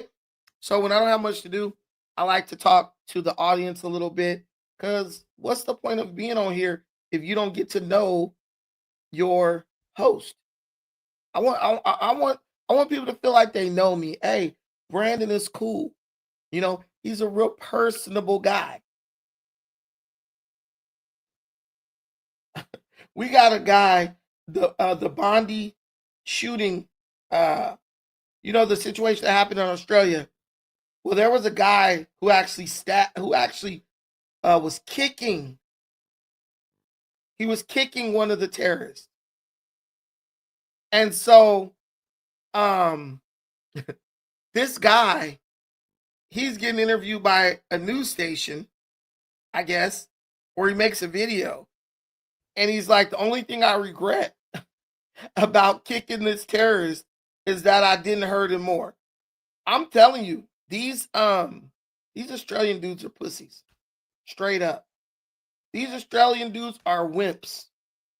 Did you kick them before or after you were cowering, yelling out insults?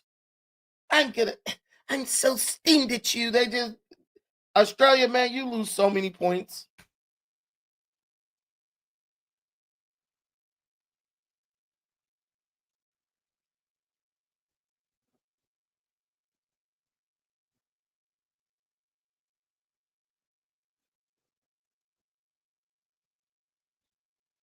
A shopkeeper. The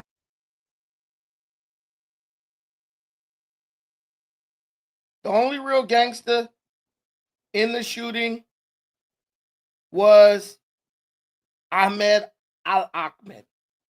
These Caucasians, they cowered in fear, bro.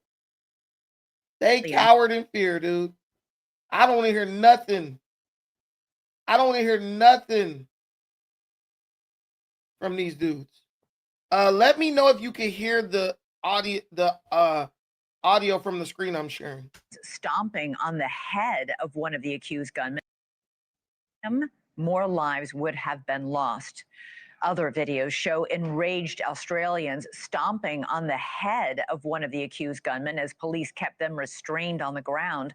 One of the people who did that, a man named Jacob Barnfield, gave his reasoning to reporters, saying, quote, "There were dead bodies. There were children on the floor screaming and crying. It was a nightmare. I don't regret it at all. He deserved every bit of it." Well, Jacob Barnfield joins us now from Sydney, Australia. Jacob, thanks so much for joining us. First, you witnessed something truly horrific. Tell me what you saw, what you heard. Well, I'd finished work pretty late on the Sunday, so decided to head down to the beach just for a swim. Finished up at the beach and sat up near the gym, and you just started hearing some pops go off. So at first, being in Australia, you never really have any gun violence. So the first thing I thought was, oh, maybe some fireworks for the Jewish festival up there, up the road. But then you started seeing crowds of people just running and screaming and crawling over each other, jumping over fences. And then immediately I thought something was wrong. So I just started running towards the gunshots to see what was going on, get a better look. But as you got closer to it, you just started seeing bodies on the floor, some not moving, some being taken care of by other civilians, everyone kind of ducking on the floor, hiding behind barriers. And as I got closer, you could kind of see and hear where the shots were coming from. So that car park you can see on the video now, further down, I started ducking and weaving through cars to get closer. I got probably 50 meters away from the shooters, and then I noticed the guy that had disarmed one of the shooters. He was on the floor shot, so he got shot twice after he disarmed him. You're talking about the Muslim shopkeeper we just showed, that video. That's what you saw? That's correct, yeah. Okay. As I got closer to him, yeah, he was about 20 meters ahead of me, and he was shot, and then he hid behind a tree.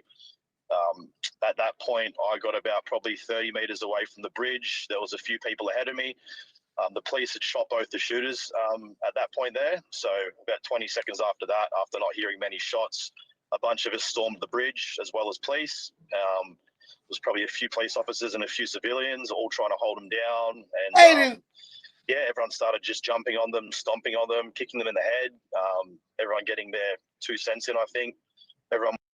A bunch of them stormed the beach. Dude, they didn't run up on that bridge. They didn't storm anything. They didn't run up on that bridge until the police had shot the dude and the dude had fell down. He trying to make it seem like these dudes ran into a hell of gunfire, into a hell of bullets, and subdued the dude and start beating him up. This is dishonest right here. The only person who engaged with the gunman while the gunman was actively shooting was Ahmed Ahmed. He's the only one who engaged with the gunman when there was a rifle in his hand, attacked him from behind, had horrible jiu-jitsu technique. He went 2 arms over the shoulders.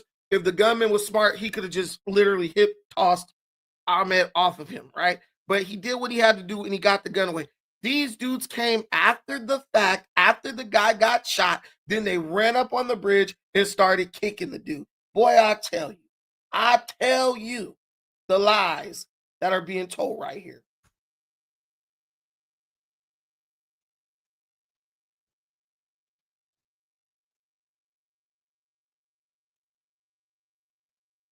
Dude, Jacob, hey man, kudos to you for what you think you did.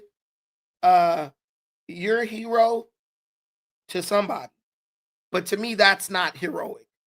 What would be heroic is to immediately demand that gun rights are restored to Australia so you guys can be men again and get some type of concealed carry rights into that country. You've let a lot of radicalized people into that country. You have a lot of people who are anti-Semitic in that country. You may not be Jewish, but the bullets ain't got no names. That's what they say in my hood.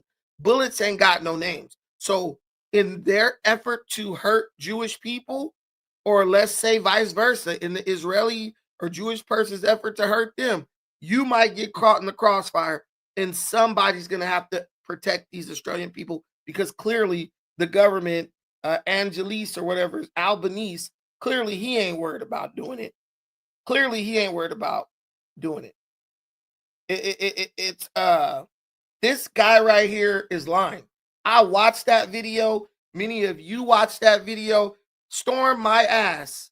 The only person who stood on business, in my opinion, that day was Ahmed Ahmed, and he said he had gratitude for being in the country. Shout out to bro.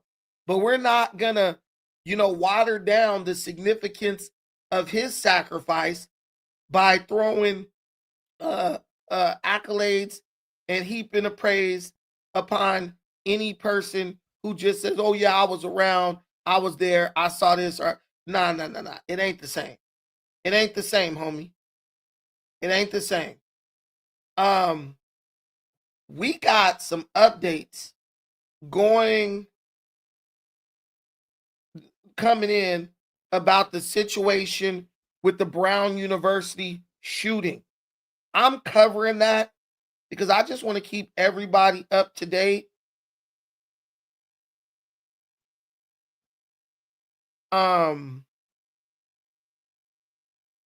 Apparently, investigators are now saying that the attack at Brown University was a targeted attack. And I learned yesterday that one of the people who was killed during the Brown University shooting was the second in command of the campus Republican Club. Let's get that out there. Let's get that out there. One of the people killed was the second in command of the Brown campus Republicans. So now we know that this was a radical leftist attack. That's a damn shame, these people. Nobody wants to speak up for what's really going on. Listen, the 5-finger fallacy is at play. You can't say the truth. You have to co-sign the lies. We knew that it was a left-wing lunatic. We knew it. We knew it was a lefty losing it. We knew it. But we couldn't say it. We can't say that these people are being radicalized and that the mainstream media is involved in this. They are guilty. They are guilty of radicalizing these people.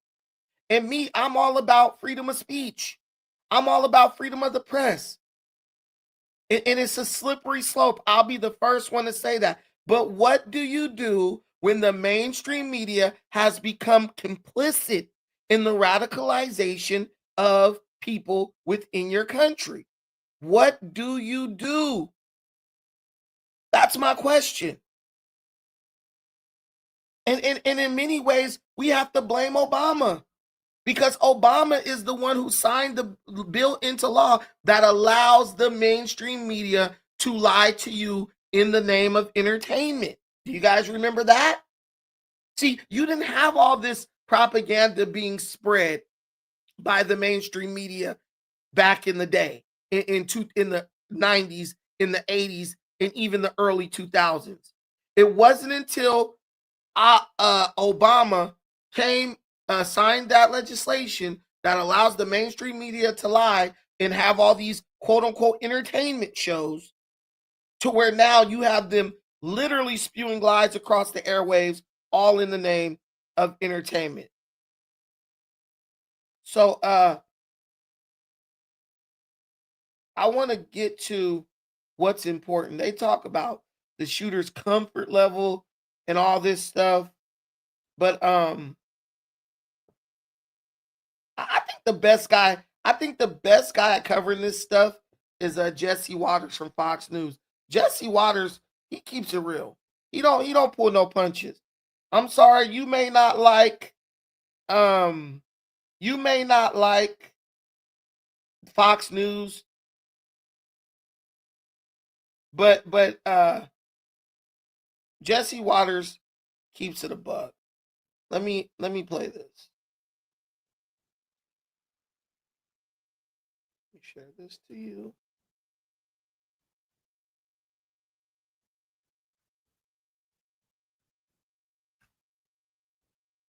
The lecture hall armed with a long. Fox News alert. There's a manhunt underway for the shooter who left 2 dead and 9 wounded at Brown University Saturday.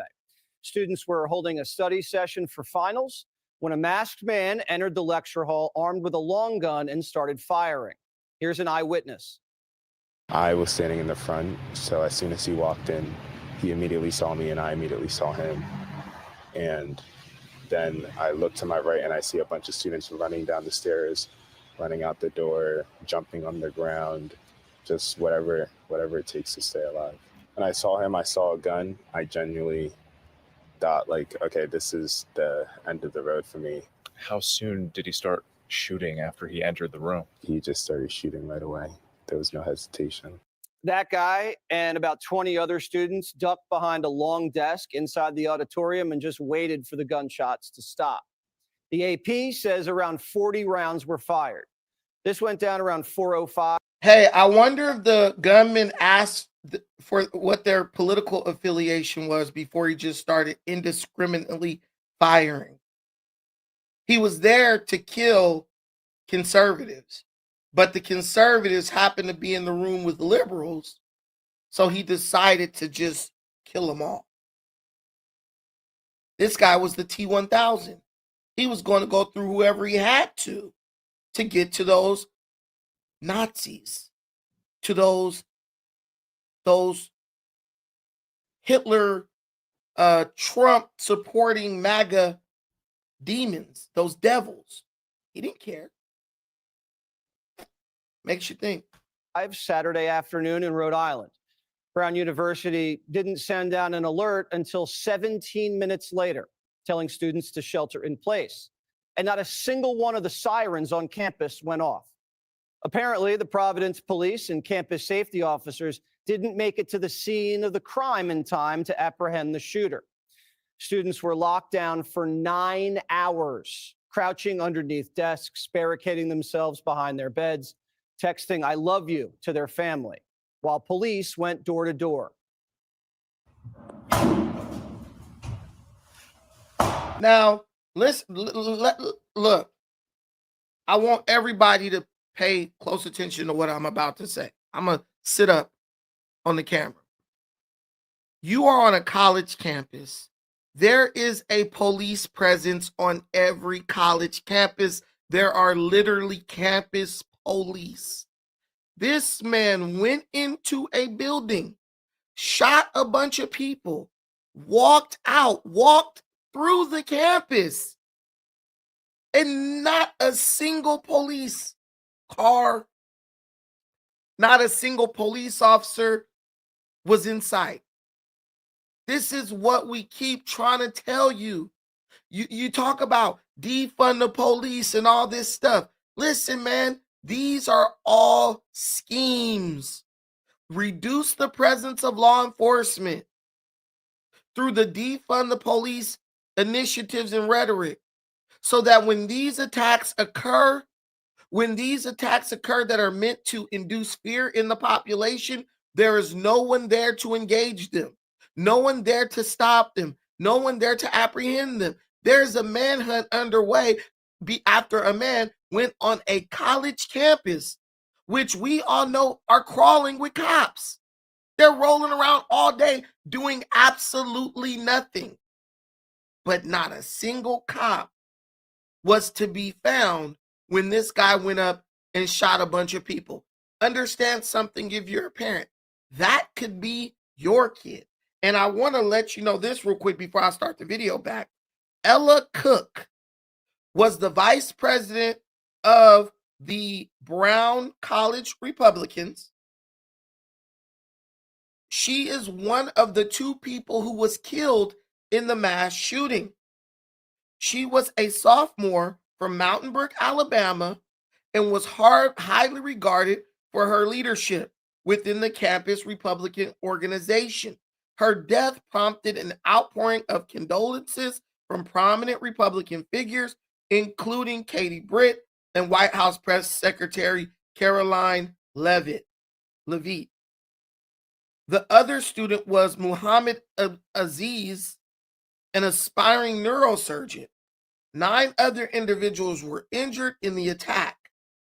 Some initial unconfirmed speculation circulated online that Cook was targeted. I don't believe that's unconfirmed. I believe that's exactly what happened. The campus Republican leader was in that building, in that classroom, He went there to kill her. He went there to kill her. I don't care what they tell you. This is why no information is coming out. Didn't I tell you guys the other day that when the information rolls out slowly, it's a cover-up? Didn't I tell you that when the information rolls out slowly, it's a cover-up? They don't want to admit that now left-wing lunatics are targeting Republicans, conservatives at every level. They're not just going, you know, these sitting politicians are hard targets because it's hard to get to them. So what are they going to do now? They're going to start nipping it in the bud. They're going to start killing young Republicans to make people fear adopting conservative values and views. This is why they got rid of Charlie Kirk. They understood that there's a revolution taking place on the college campuses of America, where young people are starting to wake up to the lunacy of the left because they don't want to be robbed of their opportunities before they get a chance to take advantage of them. So now they're going to send gunmen onto college campuses. You know, now every meeting of college Republicans is going to take place with a certain level of fear. Is someone going to walk in here and murder us all? This was a targeted attack. That's why they wanted to let the information out very slowly.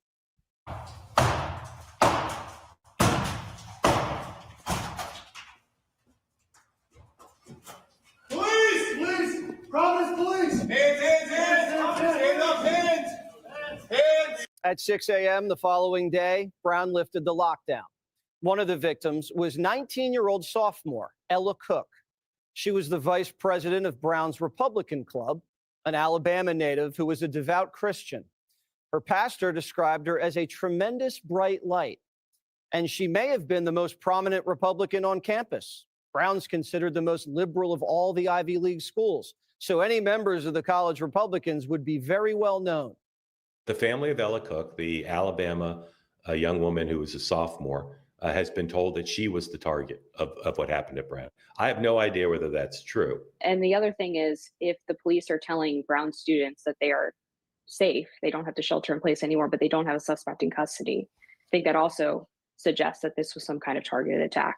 Well, we haven't confirmed that yet, but Primetime's investigating. We're also hearing that the shooter may have screamed something before he opened fire. We haven't confirmed that, and police have been very coy. There's a report the shooter yelled something right before his shot came in. Could you tell us what that was? Yes, part of the investigation. Is there anything else inside that auditorium that you could tell us? No, that's, Did he yell though? Did someone say something? That's something that we're investigating. We took statements and have to confirm. audio from the scene? So- Any cell phones? There are a lot of cell phones there. Were there any audio for somebody? We're gonna wrap it up here. So a guy walks into an Ivy League building, lets off 40 rounds, murders 2 people, walks out, and 3 days later, we have no idea where he is or who he is. I guess we're assuming it's a he, but we don't even know that for sure. And police won't even say if it's a man or a woman. Police thought they had their suspect, a white Army veteran. Now someone's in custody, kind of how you all are working together to garner that information. Custody is the wrong word. Someone being detained, rather. Correct. But late last night, they said, oops. It's just, if this had been a right-wing person, if this had been a MAGA supporter, everything would have been out. Every speculation online would have been presented as the truth. They're on here trying to do damage control, and they haven't even caught the suspect because they're trying to angle this in a way that will be least damaging to their political narrative. That's it. We know that's what they're doing. There's no question about that. Brown University is an extremely liberal campus in an extremely liberal place, and they don't want it to be revealed or exposed that they have radicalized elements within that community. You can't know anything. We haven't caught anybody, but you can't know anything. Well, because the more information they give you, the less they're going to be able to control the narrative after the fact. The less they're going to be able to walk back what they previously said to try to spin it to help their narrative. It's really disgusting. There was even a student on the campus named Lee Ding. Pause. Lee Ding said, look, this is one of the most surveilled campuses in the United States. Brown University is one of the most surveilled campuses in our country. Cameras absolutely everywhere. Then you have students with cell phones. And you're telling me that all you're giving us, all you're releasing for us is like grainy images of someone with a hoodie on. You can't see the face. You can't really see much. There's a cover-up going on here. I'm not trying to be like the conspiracy guy, but there is a cover-up going on here. And we all know it. We all see it. Had this guy been a member of the NRA who was a MAGA supporter, man, they would have had 20 people in custody right now.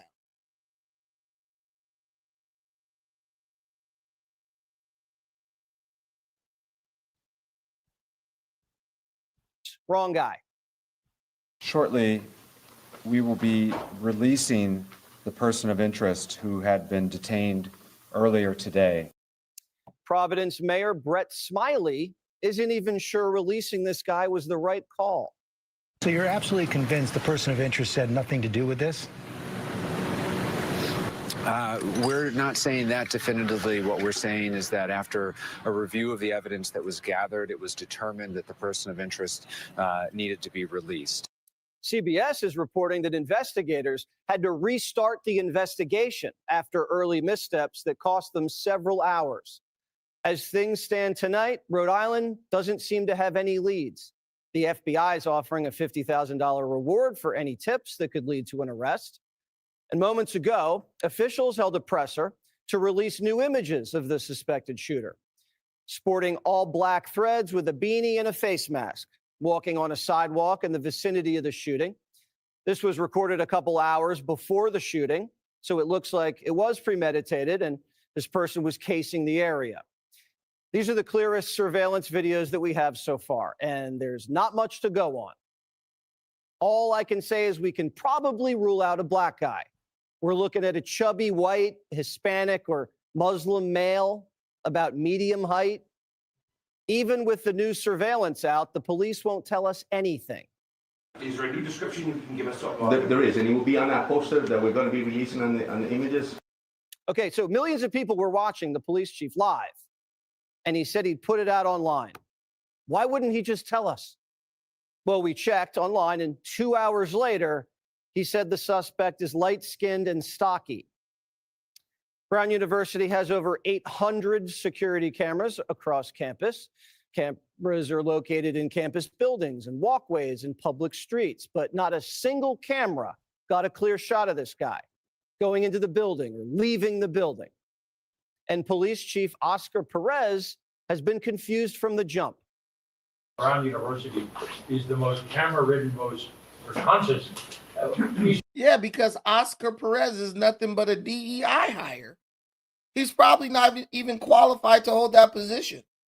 The guy doesn't know anything. He's literally taking cues from everyone else. Bro, you're the chief of police. You're the person who's supposed to be running the damn press conference, but you know less than everybody else. And it seems like the mayor is just worried about using the right words and not using any offensive terms and playing the whole pronouns game and crap. They don't care about what happened. They don't care about radical liberals shooting up the campus. You know what they care about? What Trump said about Rob Reiner after he died. But that's what I keep telling you, the 5-finger fallacy. They need you to believe that the president making insensitive remarks about someone who died at the hands of their own son is more important than a killer being on the loose in Rhode Island, but bro could be 10 states over by now, plotting his next shooting. This person may never be found. And what we know is there are radicalized elements within this country. If you watched the show last night, you learned about the Turtle Island Liberation Front, who just was busted. They were plotting to detonate explosives in Los Angeles on New Year's. They were just busted in the Mojave Desert testing the explosive devices. The Turtle Island Liberation Front. So the radicalized elements are here. They're already here. But we want to defund the police. And somehow that's going to make us all more safe. I want you guys to think about that for a second as you listen in. Defund the police. Wait, first, burn down American cities. Defund the police and allow potentially what is estimated to be 18,000 potential terrorist operatives into the country. Not to mention the domestically radicalized people who are being radicalized by the mainstream media. Turtle Island Liberation Front trying to blow stuff up in Los Angeles on New Year's Day. This deranged shooter who has yet to be apprehended. The Afghan man who shot 2 National Guards members in D.C. And we might as well just lump in the 2 Palestinians who shot up the Bondi Beach situation in Australia. I mean, am I the only one who's looking at this like this is something that feels orchestrated? This looks like it's something that's a part of a plot or an agenda. Weaken America, continuously weaken America, radicalize the civilian population, allow unvetted radicals into the country, defund the police so they're totally incapable of doing their job, and then sit back and watch everything go to shit. What do you guys think? You think this is intentional?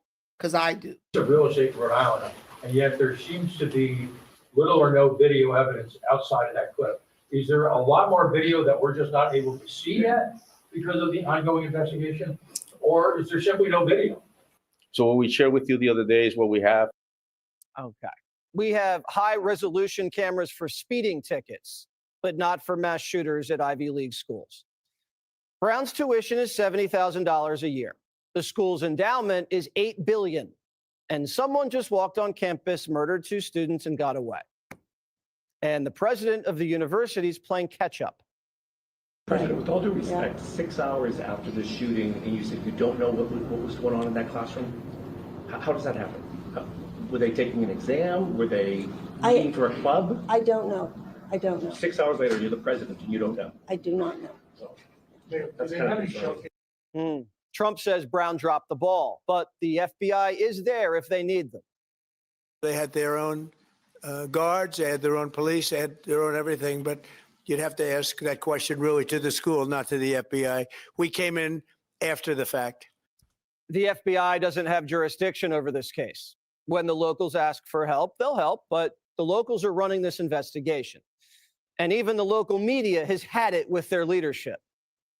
President Donald Trump has said that Brown University is to blame for this shooting, saying it's the school's problem. Is that a fair criticism, or do you disagree with what the president I don't think it's fair criticism. Colonel, can you expand on that? Why not? Because Brown University is not collaborating with you guys. You're lying to the press over here. They have facial recognition. We know that because they follow the students, they follow everybody in the neighborhood. Facial recognition. They need to release that data. So everybody know who the guy in the video. We got the video Saturday. Why you guys release the video today? I think I answered the question. Wow. It's been 72 hours. This guy could be anywhere by now. Yeah. See, the people they're upset. They're outraged. There was just a shooting in their community. 2 people are dead. And it's, I don't know. Yeah, they don't know because they're being told by the liberals that run that state and run that city, hey, don't tell them anything because we don't want to look bad in the midterm elections. If you don't believe me, This is all connected to the midterm elections. What they're trying to do is they're trying to wait a week, 2 weeks, 3 weeks till people forget about it, and then they'll slowly start releasing information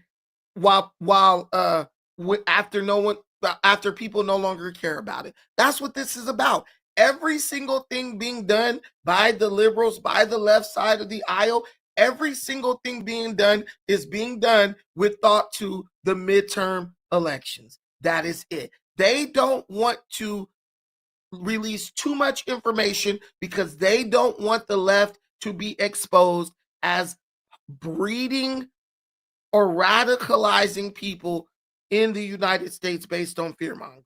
They don't, but we all know that that's what's taking place. We all know that that's what's taking place, but you can't say that. If you say that, you're Hitler. If you say that, you're a bigot. If you say that, you're just somebody who hates, who's hateful and xenophobic. These people need to be arrested. These people need to be put in jail. They are literally, this is a dereliction of duty. They're purposely not enforcing the law. They're purposely not investigating what's going on so that it doesn't hurt their political narrative and their political position. And it is painfully obvious. It's painfully obvious. Let's get this.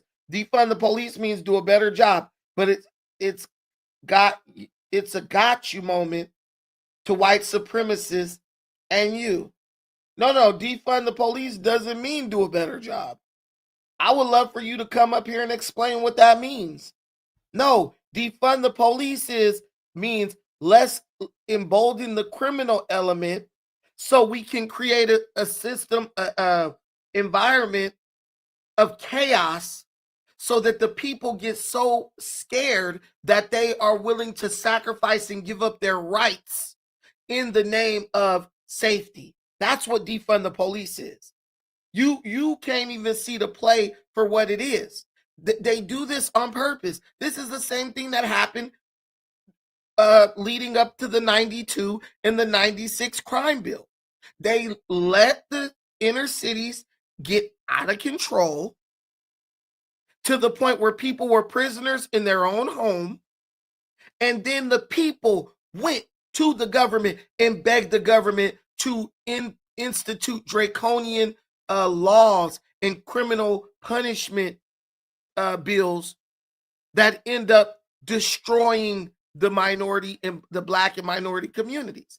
This is what they do. It's the Hegelian dialect. I think it's called the dialectic. The Hegelian dialectic. Create a problem and then present yourself as the solution to the problem. Come on, y'all. We got to get in them books. We got to be. We got to get we got to get caught up on our history. Governments have done this for centuries. Create a problem and then introduce yourself as the solution. And as part of the solution, you need people to give up their rights. This is what happened in Australia. That's why you see them getting shot up and they're hiding, yelling insults at the shooter instead of pulling out their legally concealed weapon and sending this dude back to Jesus or Allah or whoever he think he's going to when he dies. This is intentionally done. There is nothing about what's going on that is coincidental. Let's be real. Shout out to my girl Alice Angel, a nurse with us watching today. I mean, come on. I'm really just here telling you what you already know. He won't get on the panel because he can't defend his comment with logic. Damn, that's deep. I didn't say that. Mean Look said that. I didn't say that. But this stuff is all orchestrated, man. This stuff is all orchestrated. 1000%. The FBI is going to have to come in and do their thing. But Providence is on edge. Then they don't want to let the FBI in. Oh, we're going to do it. What are you talking about? I'm sick of this crap where Democrat administrations defy the government even though they know that they've handicapped their police force. They've handicapped their investigators, their detectives, all in the interest of getting votes. They know they've done that. But they won't let the FBI in to do the job for them so that the shooter can be brought to justice. They operate like little children, like entitled teenagers.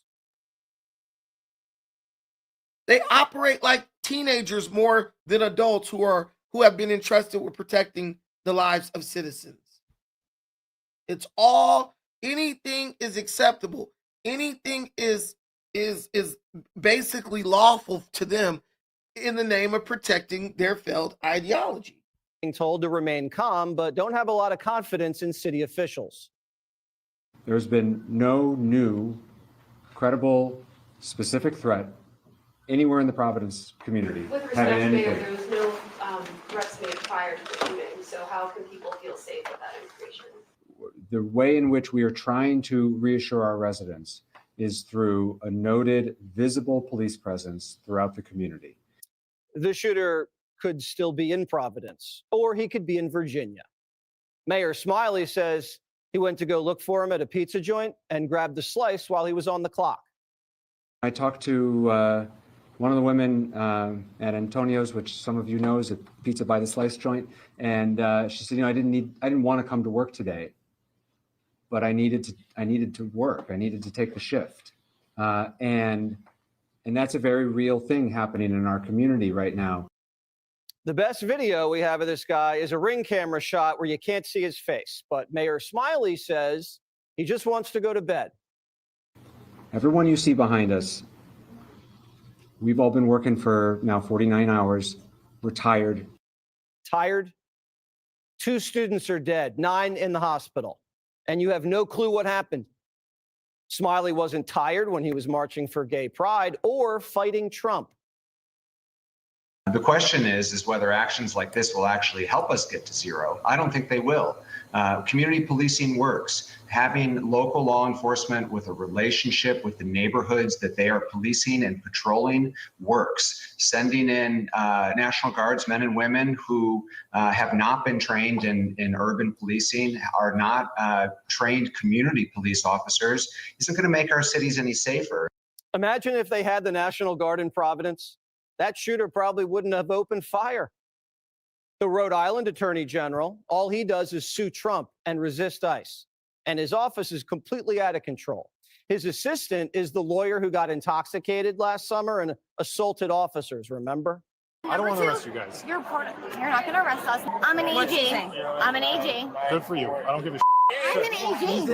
I'm an AG. But you're going to regret this. Yeah. You're going to regret it.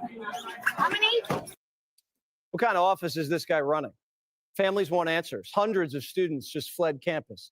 The city's on a brink, and the locals are whining that they're tired. Every day the manhunt goes on, the less likely it is to get justice. Let's hope they crack this case. If you have any information, please reach out to the FBI and the Providence Police Department. Hey everyone, I'm Emily Campagno. Catch me and my co-host. That's absolutely ridiculous. I'm telling you, these people, they want to get paid to do absolutely nothing. It's the liberal way.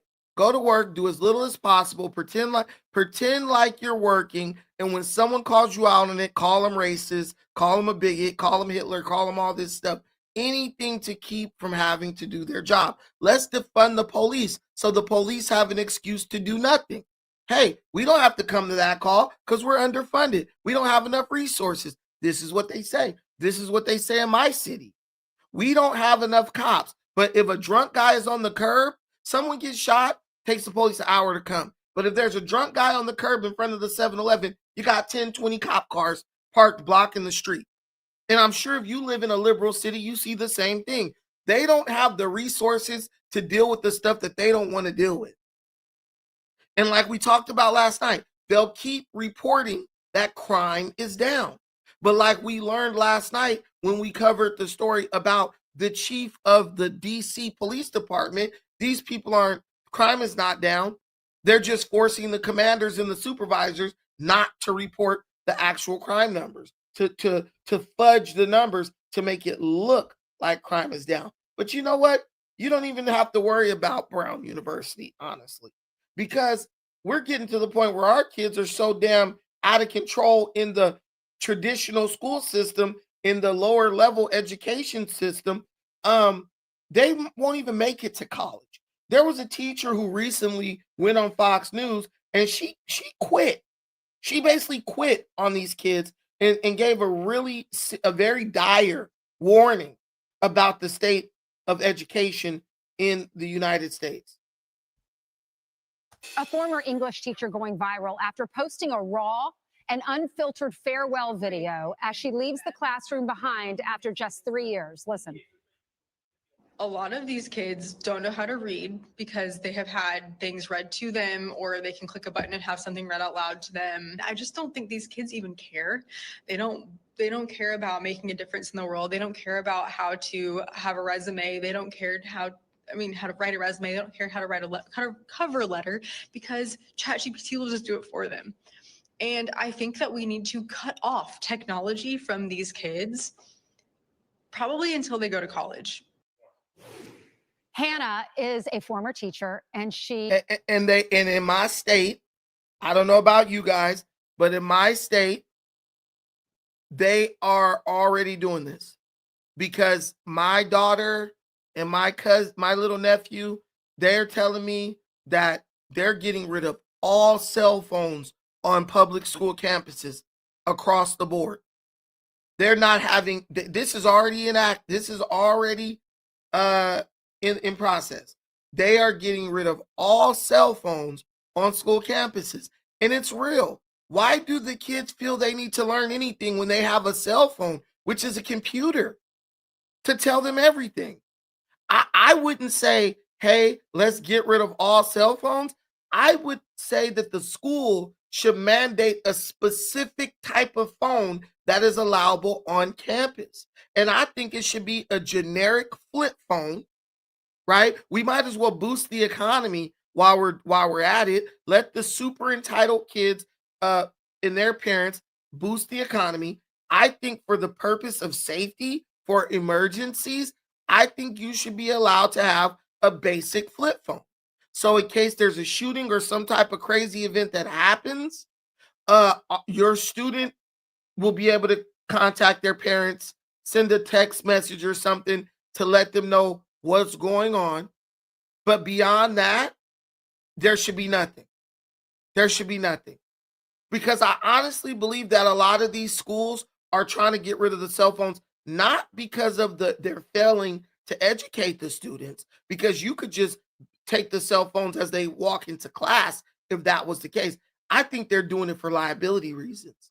I think that these schools are getting sued for these fights and stuff that are taking place on campus. And I believe that's why the camera, right? The recording element, that's what I think these schools are trying to get rid of. Not the fact that the teachers are failures, not the fact that the administration is lazy, not the fact that the school districts are trash. They don't want to be liable. All these fights, the violence that's taking place on campuses. That's what I think. Let me know if you think the same thing. Joins us now. She posted that video. More than 1 million people have seen it, Hannah, probably more by the time we're on this morning. Why did you post that video? So I taught for 3 years, as I said in my video. I wasn't always a teacher. I actually started my career in digital marketing. So I've been in the digital world for about 5 years now, or since I've graduated. And throughout the 3 years, I've taught digital arts classes and I've taught an English class. And I would say that in all of my teaching experience, technology has posed quite a challenge.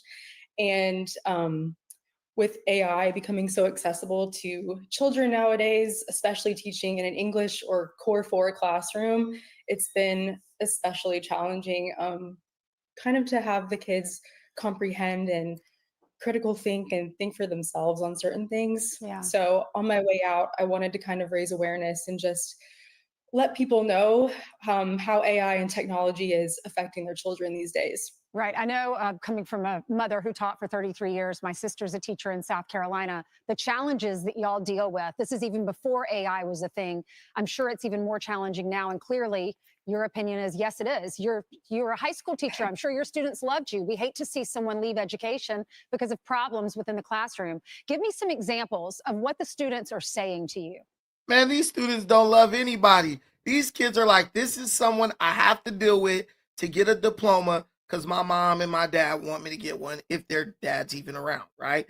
That's it. They don't love or hate. It's not the same relationships between students as teachers. There really isn't the same. The teachers are messing around with the students these days, but that's neither here nor there. It's not the same relationship, teacher-student relationship as back in the day. Those days are gone. They might come back if you get rid of the cell phones.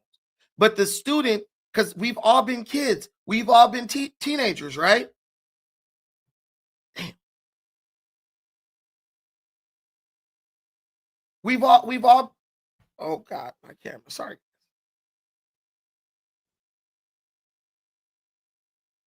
Hold on. Let me get rid of this. Oh no. I messed something up. Sorry.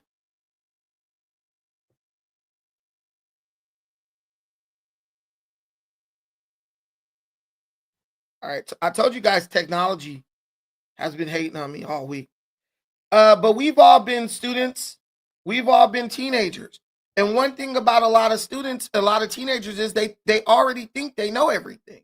And now with the advent of the cell phone, things like Google, these search engines, they do. They know listen, they either know as much as you or they could find out as much as you know with the pressing of a couple buttons.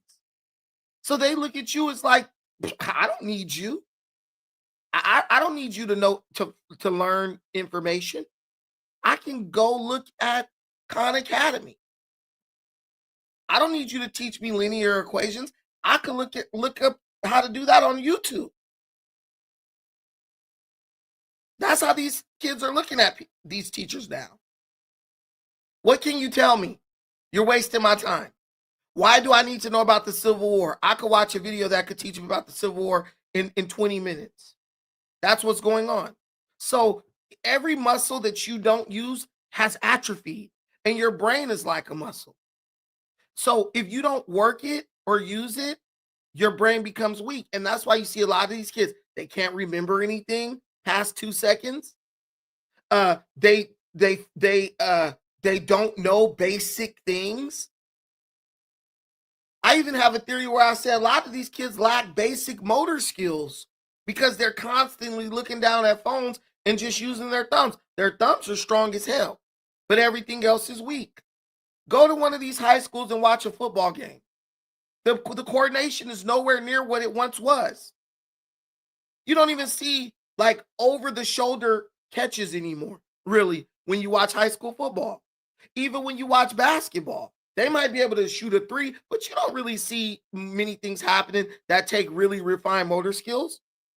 Because they're like, dude, 90% of my day is spent just tapping. They're not out climbing, doing things that they were doing that we used to do when we were young. So there's a regression that's taking place. And it's obvious, and the teachers are around your kids the most, so they see it more than anybody. And they probably should have been calling for this 10 years ago, 15. Shit, they probably should have been calling for this 20 years ago. But why did the teachers care? All they care is about is when are they going to get their next raise and who the teachers unions are telling them to hate politically.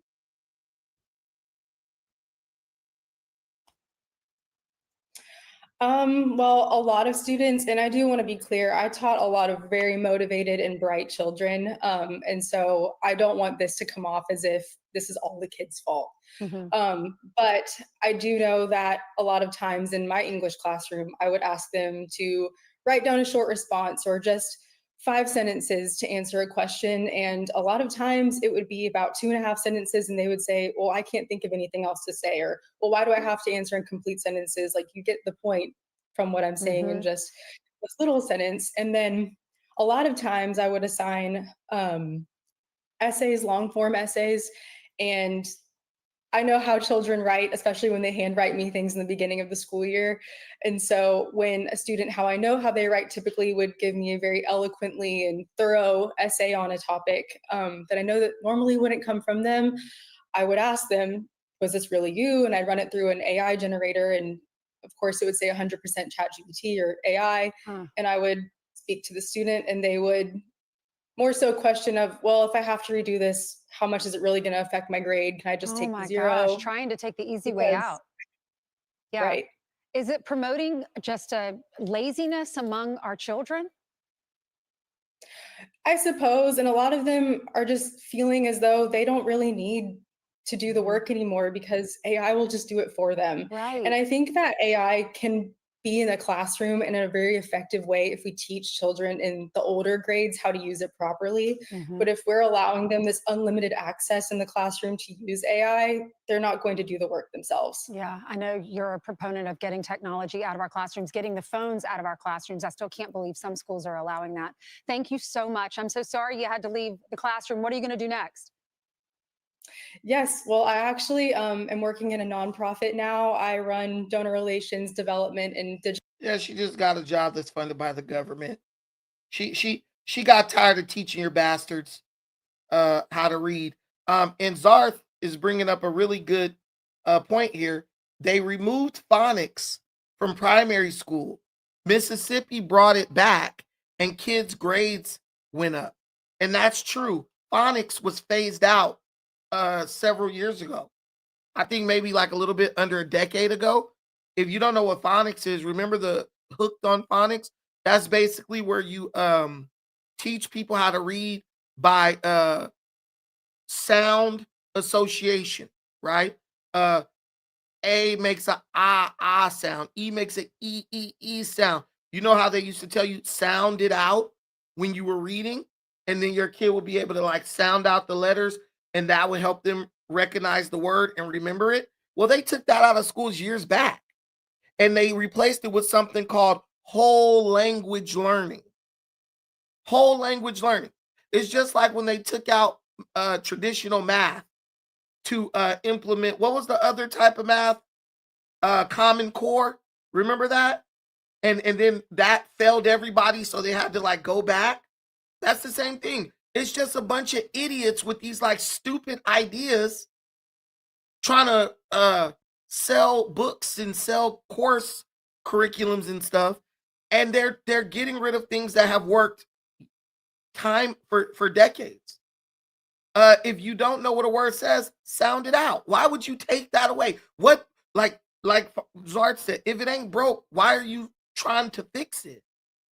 If it ain't broke, why are you trying to fix it?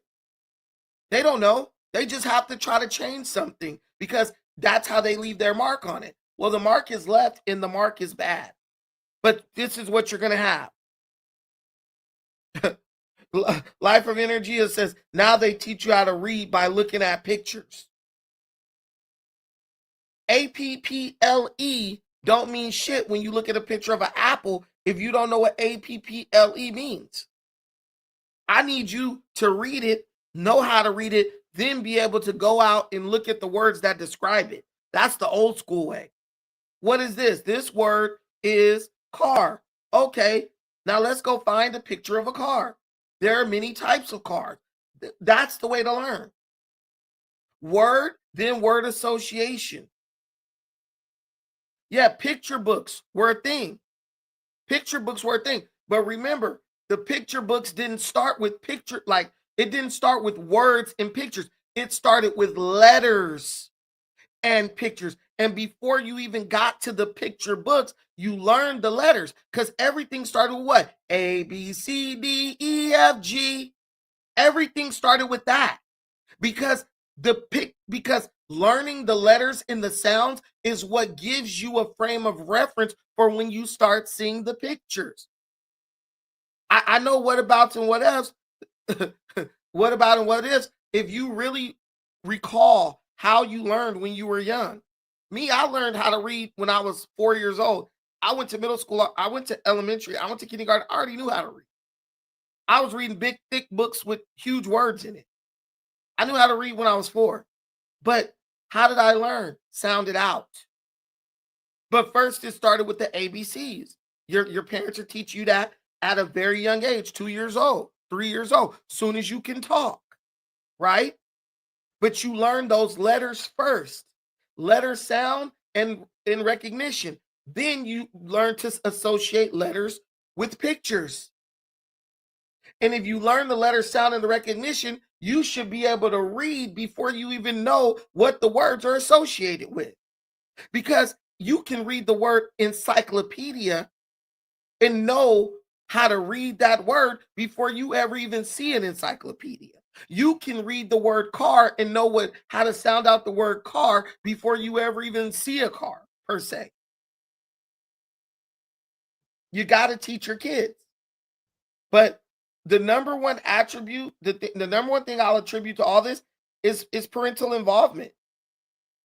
If the parents aren't involved, there's really nothing the teacher's going to be able to do.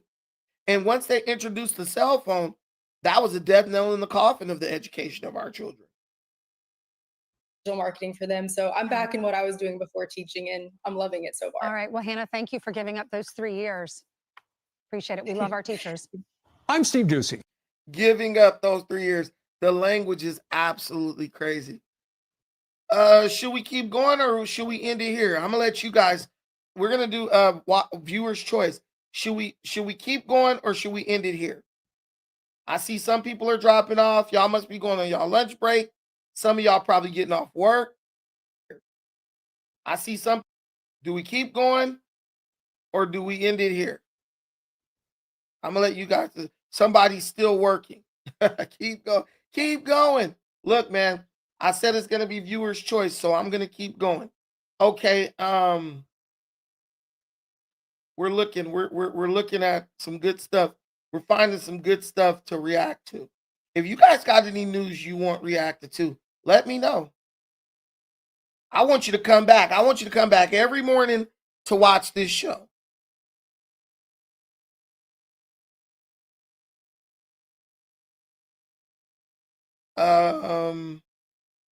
The Brown situation is crazy. I can't keep talking about that.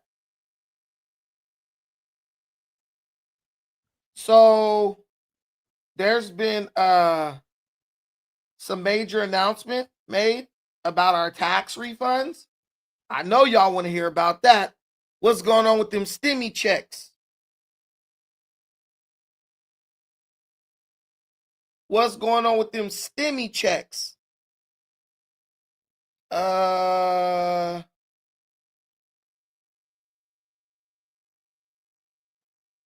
Apparently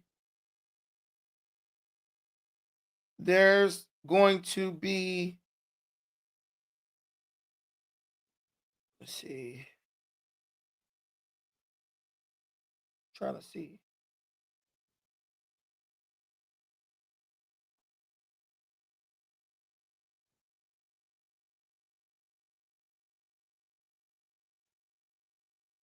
Let's go over to divorce. In today's video, Scott Best. He's the one who broke this story about the tax refunds.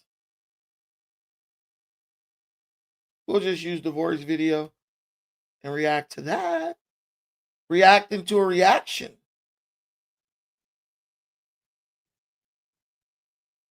And sat down for an interview with Fox Business and issued a major update regarding tax returns. Also, the vice president did a press conference in Pennsylvania, took questions from the media. Please like this video, share this video, leave a comment down below, and please do not forget to subscribe. Let's start here.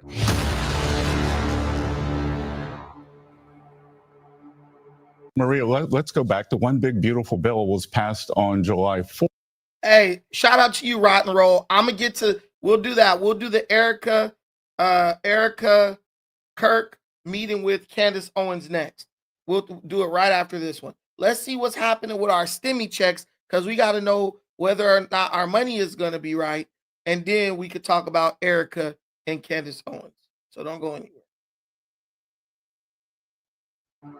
Maria, let's go back. The one big beautiful bill was passed on July 4th, but for working Americans, it was retroactive to the beginning of the year. Most taxpayers did not change their withholding. So as a result, we're going to see very substantial 100 to 150 billion of refunds in the first quarter go directly to Americans' pockets. So the sooner they file, the sooner they'll get them. Our estimate is it could be 1,000, 2,000 per household, depending on the number of workers. Wow, that is a big deal. So, Secretary, you've talked about this additional money from the tax code that we're getting. You talked about the impact of the big, beautiful bill. Sounds like you think we're going to get a real economic boost for the macro story in the first or second quarter. Is that what you're saying? Yes, I think it's going to. They start lifting off in the first quarter and the second quarter. And Maria, the other thing, when I started my career on Wall Street in the 80s, people used to focus on trade. Were we building more in the U.S. or were we importing more? We're seeing the trade deficit drop too. So the trade deficit drop means more production in the U.S. So I think that's something that economists are going to have to start looking again, thanks to President Trump after 40 years. Okay, so that is a huge announcement from Scott Bessent, and it's one that is supported by data. You guys could look it up yourself. It's already being estimated that Americans are going to receive somewhere between 1,000 or 2,000 extra than what they normally would receive during tax season. Which I know what Devoria is saying is facts, because when I saw he was covering this story, I thought this was old news. I said he must have pulled this one out of the recycle bin, because we already knew, if you're a person who does research, you already know that we're all expected to get an increase on our tax returns because of the restructuring of the trade policy. The United States is producing more. So that means the United States people are working more, and there's a lot more jobs available. See, they'll come to you and report, oh, Trump lost 1 million jobs, but they won't tell you, well, there's 7 million jobs that are available. I don't know if you're a person who's looking for a job or someone who keeps an eye on the job market constantly, but there are millions of jobs out here, especially with the exit of our illegal friends as they flee the country in fear of ICE. So all this contributes to what you're going to get going into next year as far as a tax return. On top of that, Trump promised those stimmy checks. He promised those $2,000 tariff dividend returns for the American people. I 100% believe Trump is going to do that. I honestly believe Trump's going to release that around the time of the midterms. I think that's when I think they're going to move the legislation to get that released near midterms. And I think they're going to pass it without, they're not going to need any Democrat help. But I believe there's going to be some Democrats who get on board with that too. Because one thing that will make your constituents turn on you is keeping them from getting some money. And I just can't wait to see it. I believe first of the year, Donald Trump is going to put incredible pressure on the Democrat Party by telling the Republicans to push legislation that would deliver $2,000 cash payments to the American people. And he's going to allow the Democrats to kill themselves trying to fight it, and to basically turn their own voters against them by trying to rationalize opposing the $2,000 stimmy checks. So let's see what else Bessent has to say.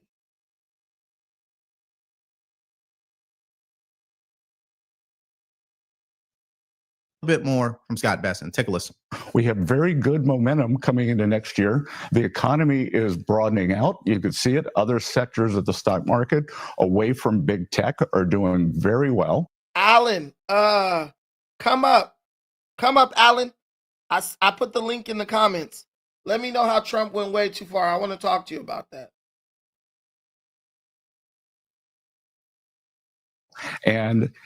But if they try to shut down the government, I believe that the Senate Republicans should immediately forego the filibuster, keep the government open, and let the economy do its thing. Because the one big beautiful bill, there are so many parts to that are kicking in. We've had 15% uptake in capital expenditure. Capital expenditure historically always leads to job growth. We had the president fulfilled his promises to working Americans, no tax on tips, no tax on Social Security, no tax on overtime, and auto deductibility for American-made cars. There are going to be substantial refunds to working American households in the first quarter. They will change their withholding. They will get an increase in real incomes. So I am very optimistic that for working Americans, for job growth, for capital formation, but we cannot let the Democrats shut down the government. Well, the issue is that See, and the reason why they're trying to shut down the government is because they know that once the different provisions of the big beautiful bill come into play, it's going to be almost impossible for the Democrats to win the midterms, right? Because Trump, he's approaching this like a businessman, and it's been far too long since we've had a business economically sound person in the White House who actually had time to implement things that will work. See, in Donald Trump's first term, he was a newbie. He didn't really understand the alliances that you had to form. So he kind of was going against the Republican Party and going against the Democrat Party. He was going against the Washington swamp. But guess what? These Epstein files have bust everything wide open. Pause, because now you have the Democrats more concerned with doing damage control about the Epstein files, also making sure they're not getting exposed for their corruption under Biden. That's why the investigations, the ongoing investigations are so necessary, because that keeps the Democrats busy doing damage control so they can't work to try to thwart the efforts of Donald Trump. So I'm with him with the DOJ constantly working, investigating these Democrats. But I'm telling you, the no tax on tip stuff, the no tax on Social Security, the making the interest paid on auto loans a write-off, the write-offs that are going to come along with buying American-made products and cars, etc. The Democrats have to keep you from ever tasting the things that Trump is trying to introduce you to, because they know once your palate experiences, your political palate, so to speak, experiences the things that Trump is going to implement, you will never want to go back to what the career politicians, the Democrats, the Uniparty have been feeding you for all these decades. That's it. Why do you think they're making their move now, right? Why do you think they're making their move now? Because they have to, bro, these people are literally putting pictures of Trump with Epstein at the front of buildings, on the front lawn of buildings in Washington, D.C. They are so desperate to discredit Trump. They are so desperate to kill Trump's character and his image, morally speaking. Why? Because that's the only option they have. That's the only thing that's the only strategy they could think of, because economically speaking, based on the policies and the facts, they can't touch Trump. They're gonna try to shut down the government again. That's why Scott Besson is saying the House Republicans need to forego the filibuster and just let the policies go into effect, because once that happens, it's going to be a new day. Trump is doing the most revolutionary thing possible. He is reintroducing the American people to the American system, because what we've been doing for so long is not the American system. What we've been doing for all this time is actually the American apologist system, where we're inflicting self-harm to apologize to the rest of the world for American dominance and geopolitical dominance, the geopolitical dominance of America. And it's wrong to do. And screw the rest of the world. If they don't like it, they need to get their shit together. But they're not, because they want to feed off of the excess, the wealth, and the abundance that is created and generated by America. Alan, I told you to get up here, man. I'm trying to hear your derangement this beautiful afternoon. But that's all there is to it. So Scott Besson is dead on. They agreed to open the government, a few of them, but I promise you, they're going to try to shut down the government again. And they're going to try to shut it down for even longer than last time. It's a guarantee that they're going to do this because that's all they got. They're desperate as hell, and that's all they got. Mark my words, government's going to get shut down again. And I'm telling you, like Trump said, get rid of the filibuster. Don't let them impede progress anymore. It's like going from zone coverage to man coverage. We getting out of this zone because in the zone they're able to carve us up and they're able to come at the conservatives, inch by inch. Go into man, go mano y mano, and you're gonna and go policy for policy. That's what's gonna make this country prosper. We gotta go with only policies.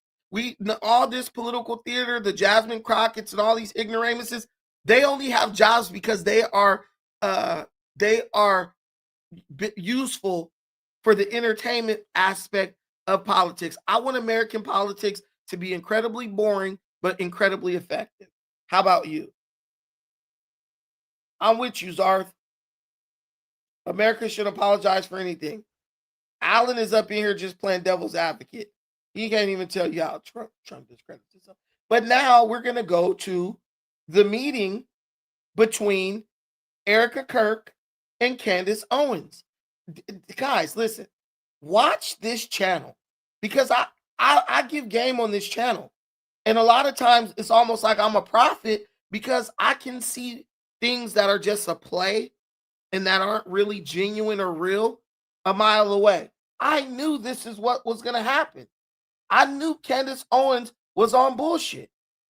I knew Candace Owens was using this situation with Charlie Kirk, going at Erica Kirk, making accusations of corruption and Erica Kirk being a pawn of Zionists. This was all for Candace to gain access back into the political spotlight. That's it. She has an incredibly popular channel. Millions of people watch her every week. But Candace is a hawk. She wants to be in the fight. She wants to be in the fray. She wants to be known. She wants to be remembered, right? She wants to build a legacy that someone will remember. Because even though Candace Owens generates millions and millions of views every single week, let's be real. If Candace Owens died tomorrow, we will remember her for about a month and no one would think about her again. She has not cemented her legacy. She doesn't have a lasting legacy that will be remembered like Charlie Kirk. Charlie Kirk been dead for several months now. We're still talking about him. He will forever be etched into the American political history. His name will never be forgotten. Period. He's a martyr at this point. Candace Owens wants that for herself. She's competitive. And I'm telling you, look, mark my words. Mark my words. Candace Owens is about to become a major part of Turning Point USA. Listen to me again. I'm going to say this again. Today, in the year of our Lord, 2025. Mark my words. Candace Owens is about to become a major part of Turning Point USA. That's what this was. This was a meeting to determine, look, how much do we need to give you to shut you up or bring you into the fold? This was straight up quid pro quo. We need you to shut up and we need to make you a champion of Turning Point because there is absolutely no one on earth who can carry Turning Point better or more effectively than Candace Owens. Charlie is dead. There's no one alive who has the impact and broad appeal of Charlie Kirk. There's only one person who may be able to model that. And you want me to tell you what's funny? It makes a lot of sense because when it came to the online campus debates, the only person who could even hold a candle to Charlie when it came to the open debate forum on campus, or the format, was Candace Owens. She was the only person to where when you saw a Turning Point video, if you saw her, you clicked on it just as fast as if you saw Charlie. Let's be real. They're bringing her back into the fold. Life of Energia, 100%. She's playing her cards incredibly well. She's playing her cards incredibly well. And that's why I didn't even say anything when it came to what Candace was saying. Because I know Candace knows how to handle her business. Candace Owens is not an incel. Candace Owens is not a cuck. She's not, a nerd. She's not an idiot. She's a very smart woman. That's why when I look at Candace Owens and I see the stuff she does, oh, she married a white man. Nah, she didn't just marry a white man. Candace Owens married a billionaire. I'm not comparing her to the hood rat marrying a dude who ain't got 2 pennies to rub together. I've seen many black women marry white men, and I've seen many black women marry white men who didn't have a pot to piss in and take care of them, right? That's not what Candace did. It's like the homies used to say, hey, man, if you see me on TV cooning, just know I got a plan. Candace Owens has a plan. I know that for a fact. In my heart of hearts, I believe it. I'm not questioning any of the moves she makes. She's going to come out on top because that's all she's ever done. And she's done it with all the odds stacked against her. Man, this girl went up against Israel and came out on top. She got that pussy power, dude, for lack of a better term. Good morning, Joe. And I ain't saying she giving it out. I'm just saying something's going on with this woman. YouTube got me. They want to show you the kitchen.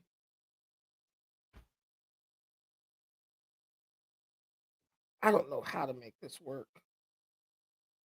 Hold on. Good thing I ain't got no nudes on this camera. I need to upgrade my camera, man. This M50 cuts off after every 30 minutes. I need to get another one that doesn't do that. But anyway, so let's go into this. First, we'll play a video about the lead up to the meeting. And then we'll play a little bit of the reaction and commentary following the meeting. No one knows what was officially said in the meeting. I don't know if it was recorded and they're going to, reveal it later. But this is the lead up right here. Erica Kirk says she will be speaking privately with podcast host Candace Owens later today about claims that she made surrounding her husband's murder. Ty Pyro joins us with the story.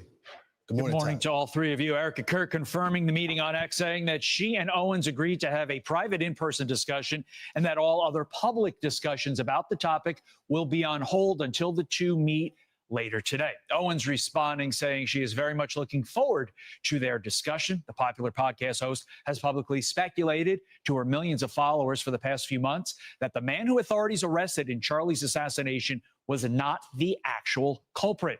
It's something Erica addressed last week.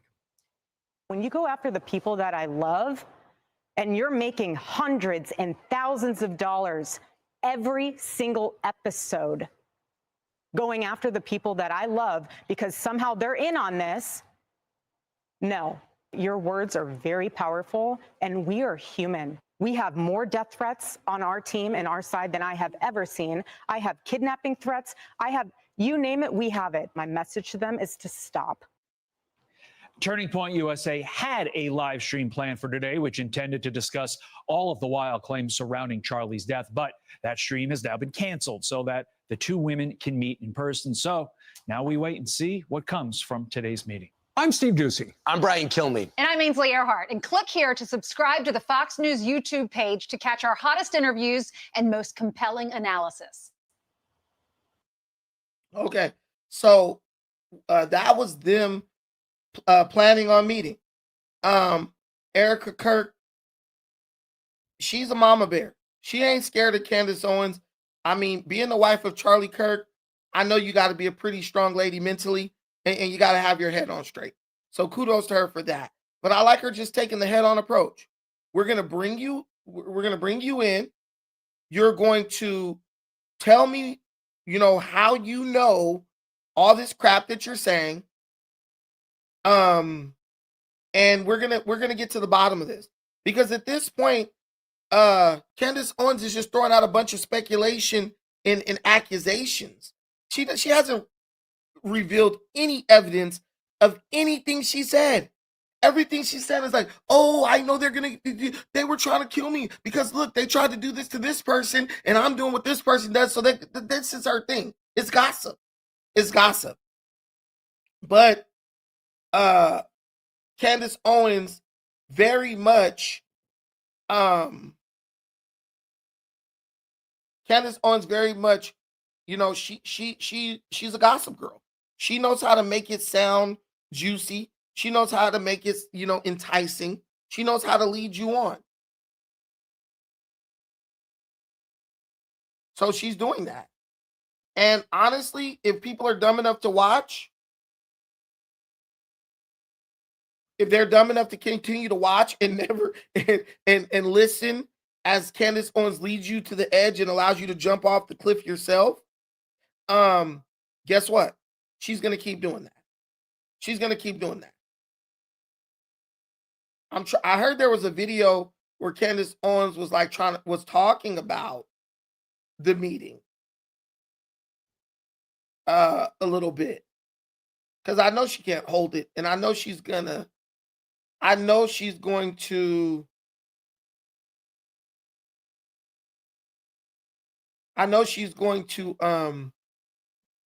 bait you in and give you a little bit of something to get those views. She knows about social media. She knows how to use it. Everything she's doing is a live show these days. Stop it. So I'll play this where she talks about Erica Kirk telling her to stop with the stuff she's saying. But she's not gonna stop, man. She's making money off of it. Why would she stop when she's making so much money? It's the nature of the beast of social media. Share this tab instead. I'll be very honest. I am in a bit of a mood today. I am just annoyed with everybody. I'm annoyed with this entire psychological operation that is so obvious. And I just feel like we keep going round and round in a circle with the government. You know, whether it's COVID, the Ukraine war, it's like the entire media apparatus and establishment is joining hands to condemn people for having common sense. So I'll ask you a question to begin this. Do you feel, show of hands, okay, that the answer regarding who killed Charlie Kirk and what happened on September 10th is quote unquote very clear? Objectively. Like, even if you are somebody who is on the side of those who do believe that Tyler Robinson pulled the trigger one way or another, would you ever describe what happened as quote unquote very clear? I'm guessing your answer to that would be no. I am asking you that because Erica Kirk believes it to be so. And I guess this is kind of the final stop.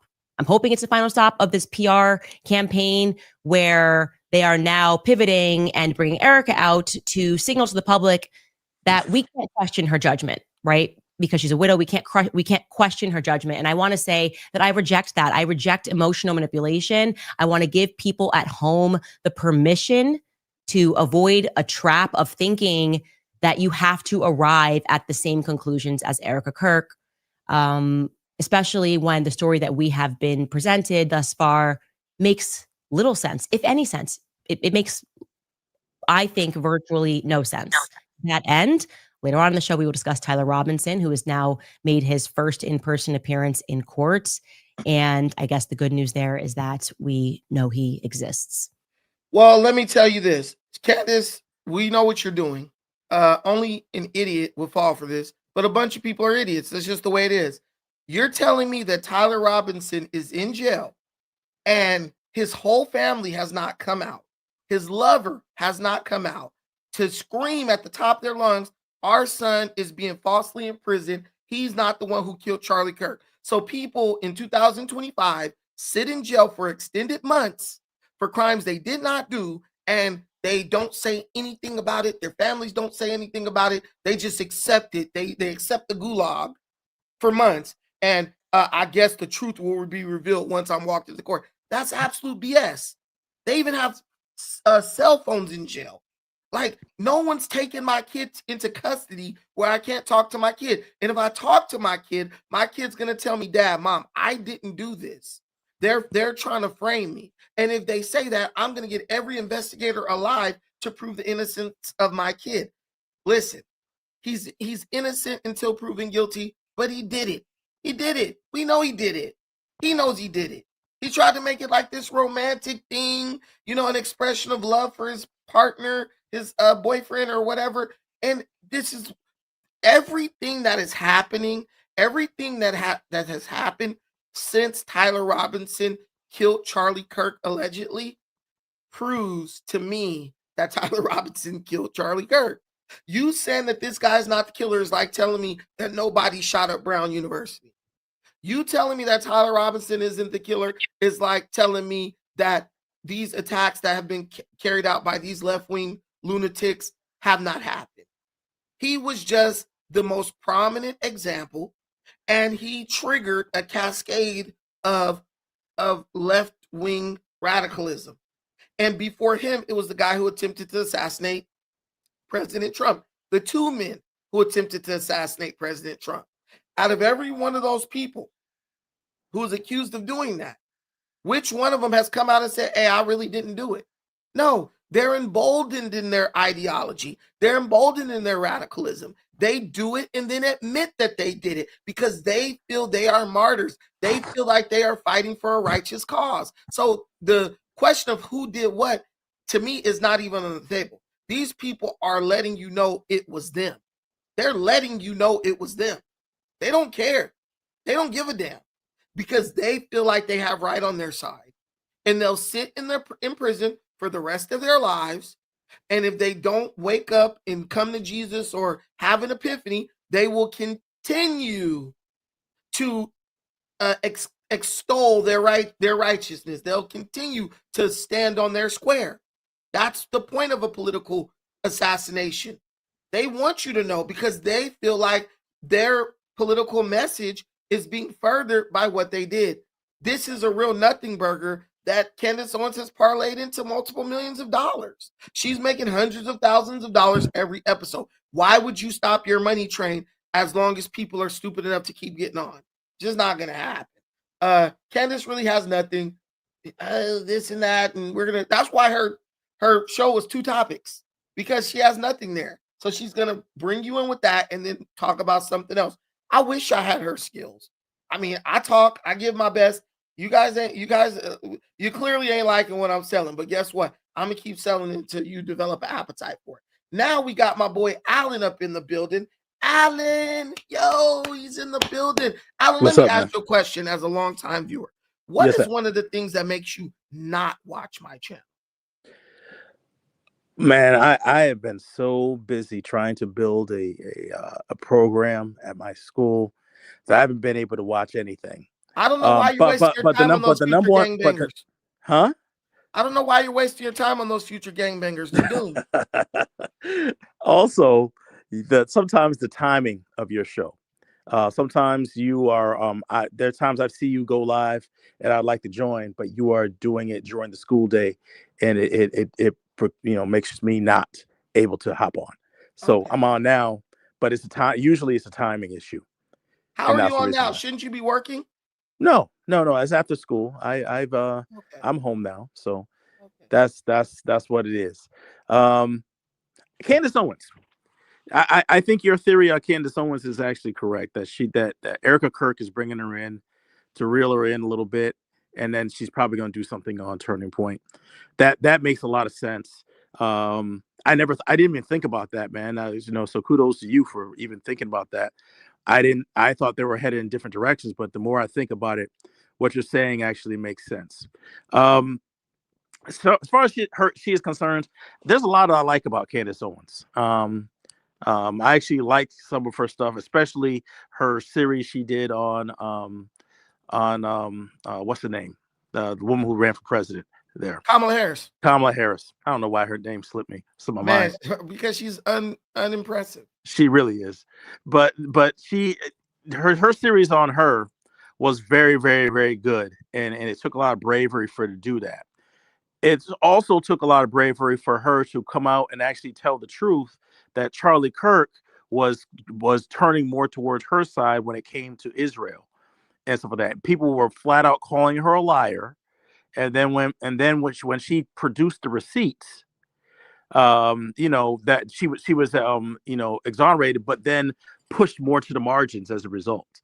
So I don't completely discredit everything that Candace Owens has to say, because she has proven herself over time to not only be really good at what she does in terms of this podcast thing, but she's like the runaway slave of the right.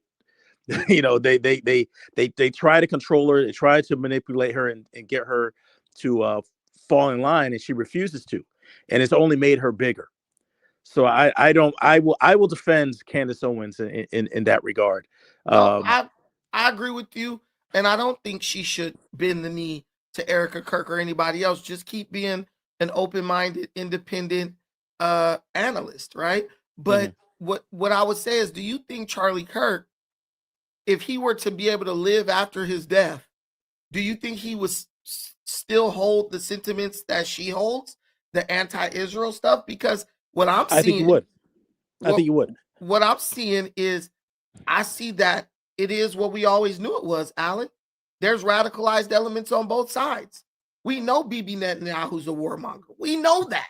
Right. So like Charlie, if he wasn't already there, he was coming late to the party. But I don't really believe that Charlie Kirk wasn't already there.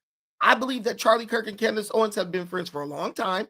I believe Charlie Kirk knows exactly what Candace Owens knows. I believe he has the same information as her.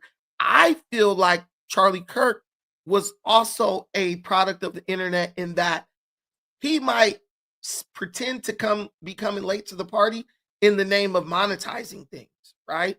And I believe the anti-Israel arc was very lucrative for Candace. She got away with it. She was able to stay platformed, which is unheard of, right? It's unheard of. And I think Charlie was like, dude, I might need to start moving towards this, like, Israel needs to get their shit together arc too, because Donald Trump is gonna get elected. He's elected now.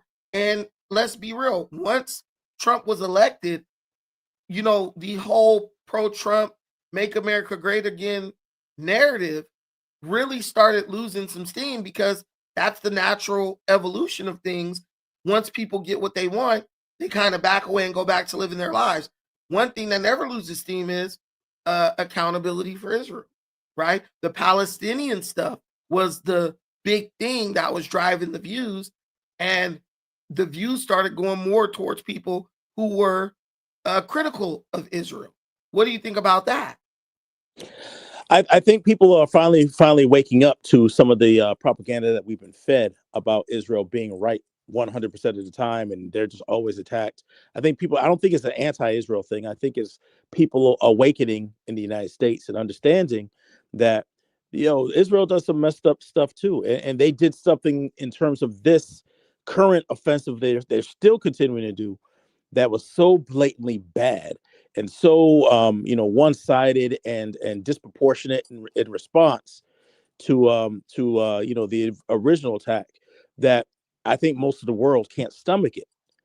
And now they want to say, the Jewish people want to make it seem as if you say anything about that, about the continuing of basically not allowing any aid in and bombing people, civilians in hospitals, and making excuses for it, saying that it's Hamas's fault.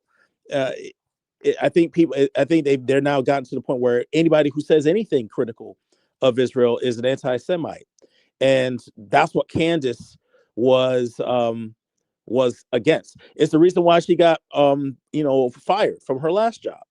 She was working for Shapiro. Shapiro is not as conservative as he was pretending to be, and so he has him and his people have a very sensitive spot for Israel, and anybody who says anything about Israel, they kick out. He's conservative. He's just a Zionist, and he's not going to hide it. But I mean, Ben Shapiro is he is who he is. But the thing is, I think anybody who is a advocate of freedom of speech has an issue with the fact that you could say anything about everybody else, but then if you say something about Israel or Jewish people, suddenly you're canceled, suddenly you're Hitler and all this stuff. I think anybody who has a healthy view of anything has an issue with that because it's not right to do. Nobody should be off limits. Now, if you're doing hate speech and all that stuff, I get it. But saying I don't agree with Israel bombing Gaza, that ain't hate speech. That ain't anti-Semitism. And what Correct. we're starting to see is even many Jewish people are starting to reject that sentiment and that ideology or that narrative. Look at what happened with Zohran Mamdani. 30% of the Jewish community in New York voted for this guy. Now, let's hope that, he ends up being a mayor for everybody as opposed to just being attempting to turn New York into a socialist failure. But, Americans are waking up. But one problem with a lot of woke people and people who are woke, are waking up. It's very easy to slip between the psychological cracks, so to speak. It's kind of like it's a slippery slope. Sometimes you go woke or you have an awakening and then you go too far, you get too woke. Now you're just out in the weeds, seeing things that aren't there. Let's hope that that's not what we have here. See, Candace Owens, she's smart enough to kind of get woke, get on the slope, and hike her way back up and slide down a little, and then hike her way back up. Some people don't have the power or the mental acuity to hike back up. They start sliding, they're gone. They're down there. They fall off the cliff. That's the thing I worry about. How many people is she leading to this ledge? How many people are going to jump off without having any real proof? And are we going to be able to reel those people back in before it's too late? Go ahead. Final thoughts, Alan. It's really interesting how the people's reaction to it doesn't help that people's reaction to Erica Kirk has not after her husband's assassination has not been a positive one. She has, people grieve in different ways, I guess, but she's had a very strange reaction to this all. I thought the memorial service that she had for her husband turns into a circus and for political opportunists, including Donald Trump. There's fireworks and all this stuff like that, and so people didn't take too well to that, and have been questioning her ever since. The only person who's out there who's actually has her, she licked her finger, put it in the air, saw where the wind was blowing, and was able to figure out that that's how people were feeling, was Candace Owens. And so that drew people more to her and created an audience for her, more than she already had. She's actually, her and her husband are actually playing this thing very brilliantly in terms of how they deal with it. I don't think she's out here just trying to make money off of Charlie Kirk. I think she is asking some interesting questions and questions that clearly Erica Kirk, for whatever reason, doesn't really want asked. And so that's that. You said something about me earlier about Trump when I said Trump discredits himself. I want to address that. Well, it's really simple. When you make ridiculous statements, like what? Give us an example about what just happens with Reiner. Him and his wife get their throat slashed by their crazy drug addicted son, and Trump centers himself in this and makes it about him. It completely discredits him. Not just as a politician, but as a human being. I think it was about politics more so than just about Trump. But Alan, you're in California. I've been to California. You've been in California, and you understand the level of derangement that's going on out here. Yeah. I think Trump just highlighted a very real aspect. He gave a very real perspective, and I don't feel like Trump's comments were inappropriate. I feel like Trump was like, yo, you got bit by the same monster, the same dog that you were freaking trying to sick on everybody else. Yeah, that's a ridiculous statement because no, it's not.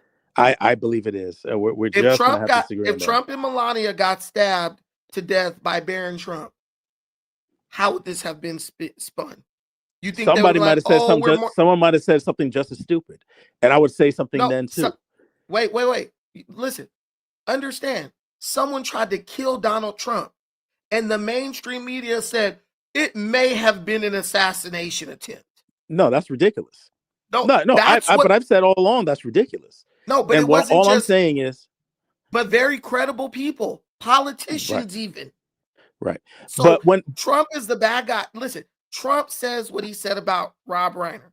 He didn't call into question what happened. He didn't try to discredit the information that was coming out. This guy, someone tried to blow his freaking head off, and in the mainstream media, on the liberal side especially, tried to dismiss it like it was no big deal. Am I lying? No, you're not lying about that. But again, that's comparing apples to oranges, because this is seriously a son who was had serious mental health issues and drug issues. He didn't have no mental health issues. He was a typical Hollywood entitled, enabled brat who literally probably ended up doing drugs because of the type of swamp behavior that goes on in Hollywood. He was a product of his own father and his father's buddies and friends and associates. And he came back and he was Frankenstein, dude.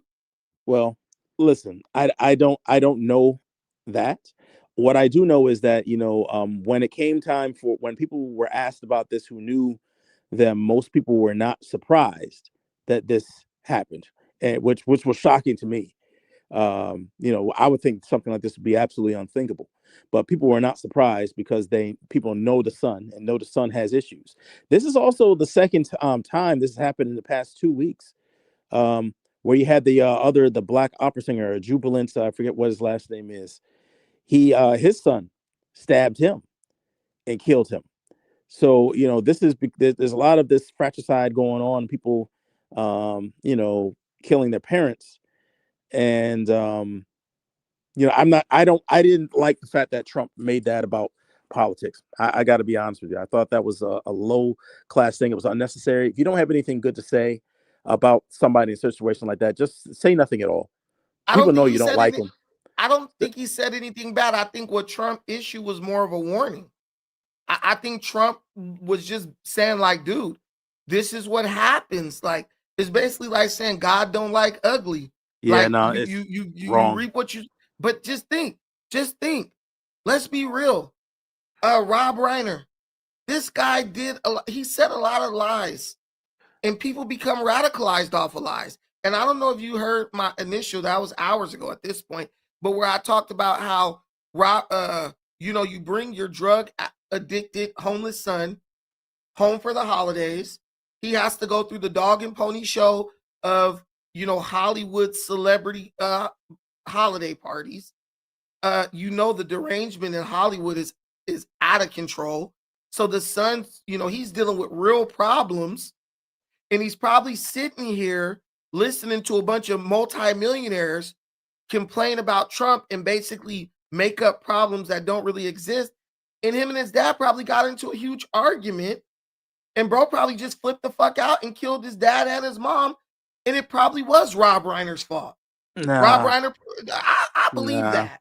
There's nothing Rob Reiner could have said that would justify cutting the throat of both your parents. Alan, who didn't argue with their family about politics this holiday? Everybody did, but Exactly. again, but it doesn't end with me slitting my father's throat. But when you're dealing with someone who's drug addicted, you don't know what they possibly Which is why do. that's the issue. The issue was the fact that the young man, according to reports, had mental health issues and was Stop drug with addicted. the mental health issue shit. You gotta be crazy to cut your parents' throats. I'm sorry. You can be angry. You can be angry. Your parents? Everyone who kills somebody, 80% of all people like killed, I think they say, are like, it's a family member. You can just get angry. Cain killed Abel. Was he mentally disturbed? No, he got pissed off. Sometimes you get angry enough to kill. And let me say this. Let me give you a question. On a scale of 1 to 10, what are the chances that this was a political argument that spiraled out of control and led bro to killing his parents? Were the Menendez brothers mentally ill? No, they were just pissed off and hated their dad. Right. And I get that part, and I understand that, but honestly, but that's, again, I'm only going by what they reported. It has been reported that the young man had mental health issues, and well, our resident nurse, Alice Angel, shout out to her. It has been reported that type of manner of death is initiated by a lot of hate, anger, and rage. So we could say it's mental health, but we also could say it's pent up anger, resentment, and a lot of frustration at his father. Because I'm sitting up there, I'm on drugs, I'm homeless. My dad's a multi-millionaire. He gets me out, parades me around all these fucking parties, and I'm hearing this guy making up problems that don't exist while I'm dealing with real problems. That might make me want to shank your ass too. If I'm your kid. No, It's true, Alan. That's why you're giving me the hard side. Sounds a little bit too much like real life. Huh? Listen, everybody's had issues with their parents before. I've had issues with my father before. We've since reconciled, and things are great. But I never at any point got to a point where I want to kill the guy. But you haven't been through what, bro? Your dad. I just want to be. I didn't want to be around him. You couldn't make the football team, and he was ashamed of you, huh, Alan? Oh, I more than made the football team. Oh, okay. But I got to make sure it wasn't your fault. Your kid don't make the team. You do kind of want to kick his ass a little bit. The irony is that football was a point of contention, but it was because my dad didn't want me to play football because my parents aren't from this country, right? So I wanted to play. Tell us. I'm just telling you that was a thing when I was in high school. It was the opposite of what most American kids go through. See, people can hear what I say, and totally miss my point. Brandon thinks they were gruesomely slaughtered over a political disagreement. You sound crazy, bro. No. I think they were gruesomely slaughtered over resentment that basically came out in a violent way after this son who's dealing. Hold on. After this son who's dealing with real world problems witnesses his parents going around to their Hollywood elite friends displaying incredible amounts of Trump derangement, lamenting problems that don't really exist, right? But why is Trump centered into problems? A kid with I deal with kids all the time. Because Rob Reiner centered Trump in his life. Again, I don't believe that a kid would center a Trump and make that a reason to go ahead and kill his father. I don't buy it. Why is a Hollywood producer and actor going on CNN saying that the president of the United States is a Russian asset? Because we live in a time where celebrities have way too much power. We had George Clooney got out there and had a president removed. But even George Clooney had to come to terms, right? These dudes do it for the power, man, and they do it for the attention. Rob Reiner centered Trump in his existence, and I'm telling you, as a kid, there is nothing more infuriating than watching your parents display unchecked hypocrisy. And you know that, Alan. This guy's probably like, Dad, you used to touch me when I was little, but you out here talking about Trump. Dad, you had me in situations where, any number of things could have been going on happening to this kid. And to sit and listen to your dad say that Donald Trump is the biggest problem, bro, that will make you want to kill someone. That will make you want to hurt somebody, bro. I would have to hear that from him to that. But again, you're going to hear it in his trial. Yeah, clearly. But my point is that the president of the United States, to go up there, put that on his own True Social, and then to go ahead and double down on it even after the backlash was ridiculous. So when I said he discredits himself, every time people get on board with Trump a little bit, Trump does something outrageous, says something crazy, and it discredits him and makes you say, see, this is why I don't fuck with him.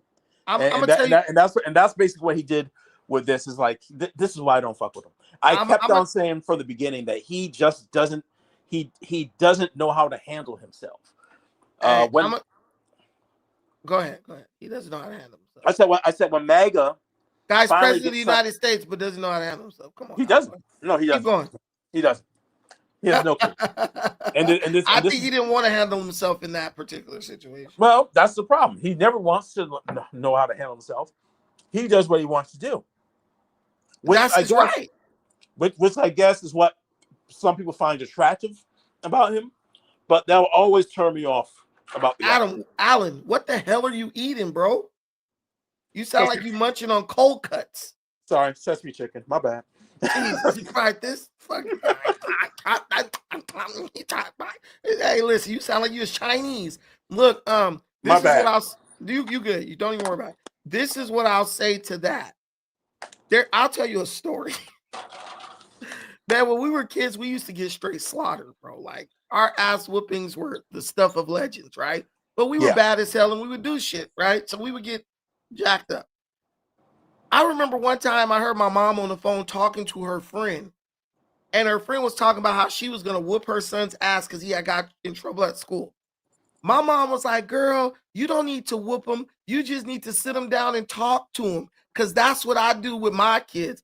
Hey, if I had a gun, I would have shot my mom in her fucking back. Right. I'm sitting here thinking about all the ass whoopings I got beyond ass whoopings, bro.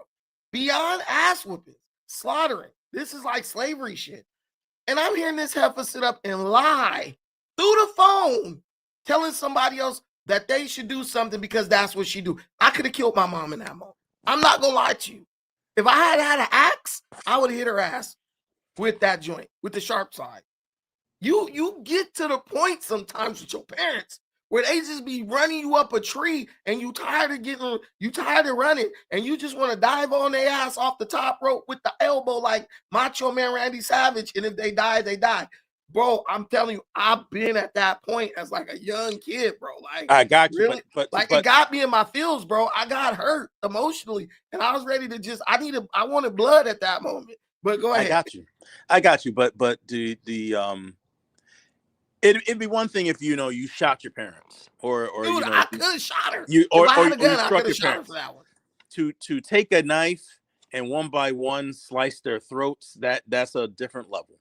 Bro, probably just blanked the fuck out. Nah, that ain't blank the fuck out. That's that dope. That PCP got him. Either you are a stone cold murderer or you're high on drugs or you're crazy. Bro could have been off of that formaldehyde, bro. But if that's the case, it doesn't have anything to do with Trump. So again, I felt that Trump should have his comments were completely. I think Trump was the catalyst. I think Trump has more information on it than we do. And I think Trump is more tapped into those circles than we are. And somebody probably was like, man, his dad was going on that Trump derangement shit. And bro just got fed up and took bro out. Yeah, I don't. He made it all about him. And it's like, it's a sad occasion. I wouldn't do that to anybody.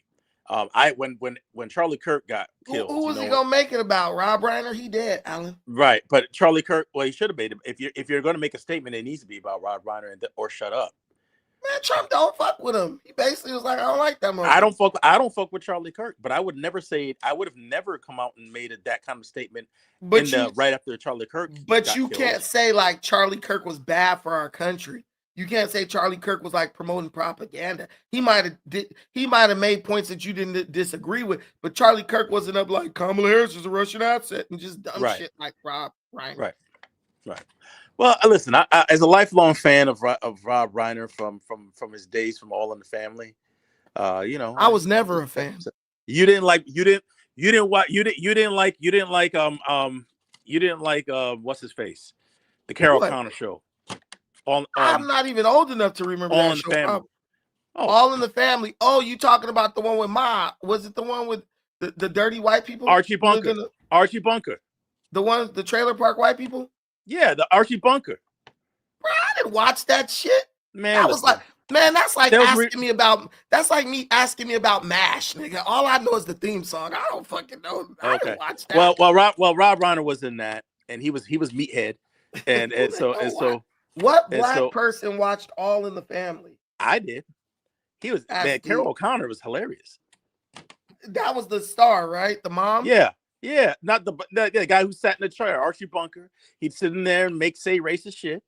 And him and Rod Reiner and his wife, who was supposed to be Archie Bunker's daughter, were the left leaning libs, who would try to counter the stuff that Archie Bunker was saying, and Archie would just say the most ignorant stuff. He wasn't even just right wing. He was a bigot.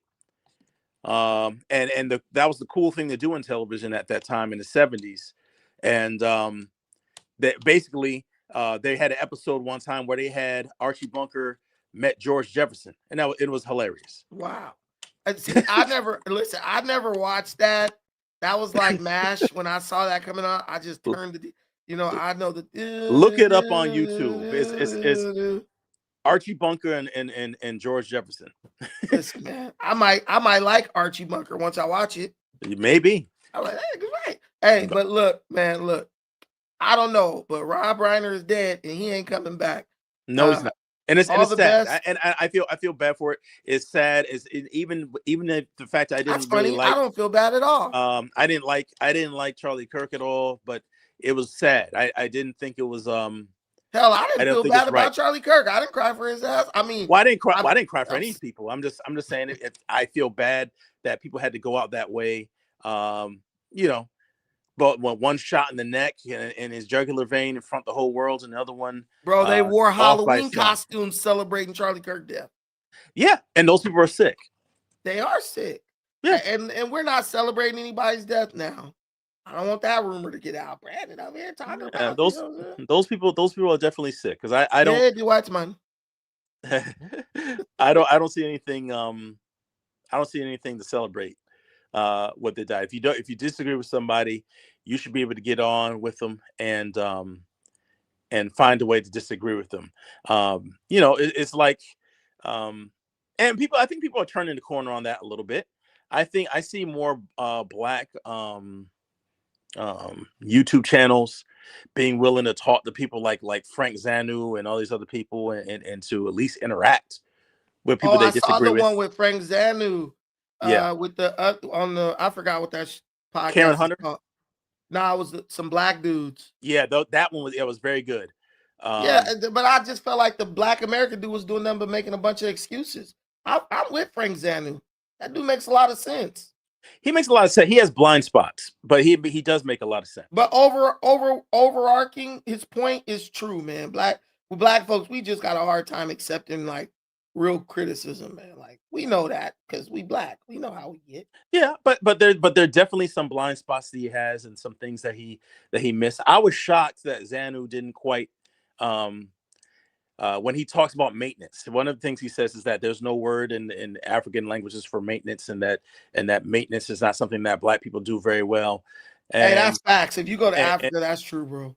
And one of the points that he missed that I remember, he was on Karen Hunter's show. And she pointed, no, she didn't point out, somebody else did, that he didn't understand that their pyramids, hundreds of pyramids in the Sudan, they have been maintained for thousands of years.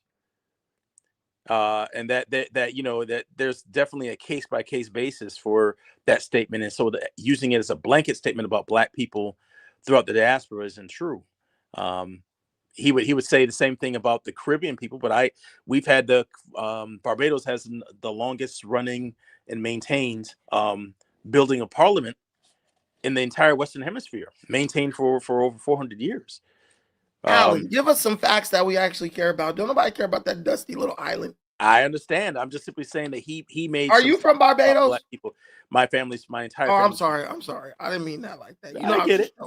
You know, I was just joking, Alan. I know you are, man. On this channel, we love and celebrate the people of Barbados. I know, but I'm just simply saying that some of the things he said has some blind spots. However, when he was pointing out certain aspects of black people not having African Americans not having a culture, well, from his perspective, if you don't have a tribe and stuff like that, you don't have a culture. So given the parameters that of was his. kind of, we do have a culture. Our culture is American culture, but Correct. American culture is an amalgamation of many different cultures. So, Correct. yeah. So, That was, but they and don't that's his argue blind spot. properly, bro.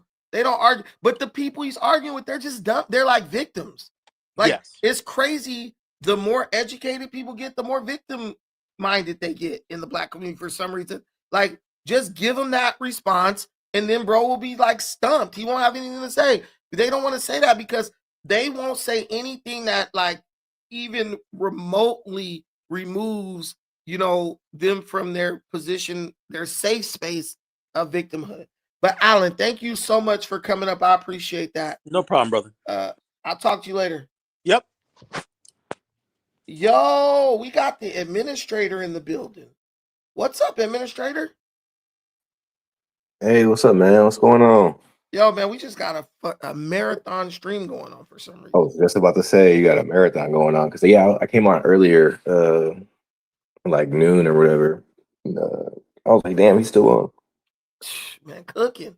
I think I've been going since like what? Damn, it's 3 hours. So I've been going since what time? 10 something, almost 11. 10? Right. Yeah, I was gonna say, man, this Australia, these incidents be like suspect to me when they find that they had bombs as well. There's been a few cases like this, and I'd be wondering, why do they go out with the guns, risking getting shot? You know what I mean? Like return fire when they had these bombs in their car the whole time. They could have just placed some bombs and blew them up. They said they have bomb making like elements though. So I don't know if maybe they was like, we don't got time to set it up. It could have been a lot of things. Cause look, if you show up to a Hanukkah celebration, you Muslim, people gonna be looking like, who the hell is this? So they probably just thought, let's just go, you know, shoot fish in a barrel. Let's hop out on them with the shotties and bam, bam, bam, you know, because you know, with a shotgun, you could take out a bunch of people at once. Right. They had no survival instincts, bro. When you watch the video. I don't think they planned on surviving. I think they No, I'm talking about the people in the park and stuff. Well, they live in a society that they feel has no guns and stuff. So when they hear gunshots, okay, if you're not around guns, when you hear a gun go off, it's confusion. You're just kind of like disoriented, right? And that's what it looked like. I mean, these people are evacuating the entire beach. You know, people don't live in a society with guns when they hear a gunshot and they start running. When you hear a gunshot and you're American, what do? You drop down to the ground because you know, me running, I could still get hit. Bro, they start running like a damn tsunami was coming. They were just some were like just standing there pointing at him. Like, yeah, they didn't know. They were shocked. They were shocked. But unless you deal with shootings all the time, like in America, you probably looking and pointing and not realize that I could get shot. Shit. but we got fireworks here that can mess with our distinction. No facts. We got fireworks here that could kill a man, really. Looking for Right. extras. We got Right. to blow your damn hand off. But yeah, man, Australia, they just been emasculated. Like the fact that there was no one who even had a concealed carry who could have just came up behind him and killed him. One of the things I was arguing was like the Ahmed Al-Ahmed dude. He's a Syrian immigrant, but he's a real man in a country full of pussies. They needed a real Syrian man to actually help to stop. Ahmed did by himself what it took damn near the whole Bondi Beach police force to do. I'm wondering how many people, like, because if he was hitting reload for reload, because you see how he was shooting that thing? Yeah, and he was reloading. Right, like boom, boom, chick, chick, boom, boom, chick, chick, boom, chick, chick, boom. Like, was he hitting his target every time? Because Not probably every time, but he was hitting shit because 16 people died. man, that's crazy. He probably, remember, a bunch of people got injured too. So when he was shooting, he probably was shooting them with like buckshot or something. So it probably was like kind of like People got probably trampled over each other too, injured yeah, each people other. were getting trampled. People was getting hit. I mean, they was running. Nobody gonna get their ass blown off. That's for sure. But Then the dude comes up and saves him. I don't know. it's a disgrace. What happened on that beach in Australia is a disgrace, dude. That's the only way. That is the only way it can be described. Australia, Right, because you should have police out there. bruh, listen. That's what I'm saying. And that's what Fox News was saying. They were like, dude, listen, you looking at this situation with like no cops around. It became a soft target. Those dudes knew we'll be able to go over there and kill a bunch of people before they could stop us. And that's what they did. It was disgusting. But I think that Ahmed Al-Ahmed dude is an absolute hero. One of the few men left in Australia. The manliest person they got is Crocodile Dundee, and he's a movie character. Yeah, right? you got some people that just ain't afraid to die, like these Islam folks. Dude, they don't give a fuck. And but let me tell you, the same element that's being radicalized in your country is also the same element that's like willing to defend in the case of a mass shooter. Australia has some soul searching to do, but they should already be implementing measures to bring back gun ownership, because a concealed carry holder could have ended that in 5 minutes. See what I'm saying? And the prime minister or president or whatever, Albanese, he's just a cuck. He just, oh, they're trying to divide us and we're not in, and just bull crap company line type shit. And it's just like, dude, you had a bunch of people got killed. Legislation needs to be going through the books. It's just bad. It's just bad over there. And they're trying to make over here like over there. Like, we do have our share of mass shootings, but at least it's Americans doing the shooting. At least it's Americans doing the shooting. I mean, if the people we made crazy here, that's on us. But to bring other people in to do crazy shit, hell no. Yeah, to come in and do that, that's like, bro. They countries like that, I don't mean that they're peaceful though, like, you know, for the most part. So did you hear about the terror plot in Los Angeles?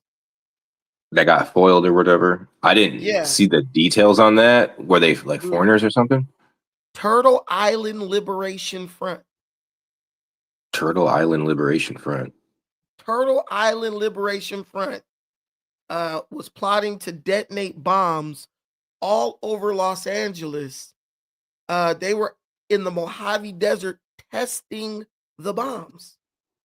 So it's a liberal group or something? Some white lady and her Asian friend and some cuck dudes. Probably their Right, that sounds boyfriends. like some naturalist, like earthy Native American stuff, because that's the original name for America. No, they're a pro-Palestine group. Oh, because I'm thinking Turtle Island, because that was what I think Indians called. Yeah, Turtle Island. I don't. Indians are kind of dumb, bro. Like, Native Americans called it that. ain't even an island. Right. Like, there's no way they went around America to say, "Oh, this is one island." I highly doubt it was even called Turtle Probably Island. because when they go east, they got the Atlantic. They go west, they got the Pacific. You go north, you got some giant lakes that they probably didn't feel like traversing. And then you go south and you got the Gulf. But you're assuming that they went that far. I know. That's what, I mean, stories, word of mouth, stuff like that. It ends up becoming an island because here's these massive waters that we heard of in each direction. I mean, they also thought that the earth sat on the back of a turtle, so. Right. In a muskrat, put all the mud on their body to save the world from the flood. Bro, they're right. These dudes were out here smoking that peace pipe, just making shit up. Bro, being from Minnesota, our teachers were Indian, bro. We're Native Americans, and they would sit there and roll up cigarettes while teaching Indian stories. It was insane. Your teachers? Yeah. Some schools were like Native American ran. That's sick. That's sick. Yeah. I'm gonna be like, I don't need to learn anything from the losers. You guys lost. Can't teach me about winning. The school of the conquered. Right. Well, we fit right in. The white man is bad. Now roll up a joint. Right. He got some good weed, bro. Then that Rob Reiner thing, bro. Hey, wow. that was a crime of passion. That took years of hatred, or you know, hey, I'm writing you out of the will, or Dad, I need 10 grand, or I'm gonna have a relapse. No, Dad, I need a new computer. Nah, I had a friend. He's like a super bad addict to this day, just constantly in and out of jail. I remember bro flipped the fuck out because he told his mom, he calls his mom, like he's out of the house, right? I'm over there. I don't know what the fuck I'm doing over there, but I'm over there. He calls his mom and he's like, Mom, I need a new computer. I need you to send me like $4,000. She's like, I'm not sending you money for a computer. You could come here to use the computer, whatever you have to do. Bro just flipped out. Mom, I'm gonna fucking kill you. Just crazy shit. Bro, I remember one that did the Mexican vacation scheme on his own parents. Stop. What was the Mexican vacation scheme? You know, when the kids go out for spring break and then you get a call from Mexico saying, oh, your son's been in a terrible accident. He's been airlifted to the hospital. You know, wow. You should send money for da-da-da. He's in jail. Nah, that's terrible, man. But yeah, I know that scheme. Yeah, that's you already know what that. But then to do like with the mom too, so they must have both had to cut him off or something.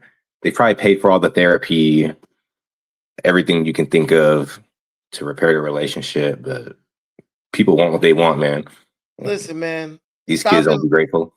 Stop inviting your drug-addled relatives to holiday celebrations, bro. Just let them be on dope. Like, go down to Skid Row, drop them off a cooked turkey, give them a couple presents, and keep it moving, man. I mean, I told Alan, I don't know if you heard it. I was like, dude, bro, probably looking at his dad lament problems that don't even exist due to his Trump derangement syndrome. And he's probably there sitting there thinking like, dude, you used to like touch me when I was little. Your Trump's friends gonna used to, pardon like, him. You think Trump will pardon him? No, hell, hell no. Damn, that'd be crazy if he did, though. That'd be like checkmate, universal checkmate on Rob Reiner. Right, own the lid. Your son killed you, and I pardoned him. Thanks, buddy. But yeah, I told Alan the story about how I saw my mom tell a blatant lie on the phone one time, and I got mad enough. I could have hit her in the head with a rock, dude. So I know that shit happens, especially between parents and children. Yeah, everyone's decked their mom at least once or twice. No way. No one's decked their mom, but you could have. You thought about it. Everyone's thought about it.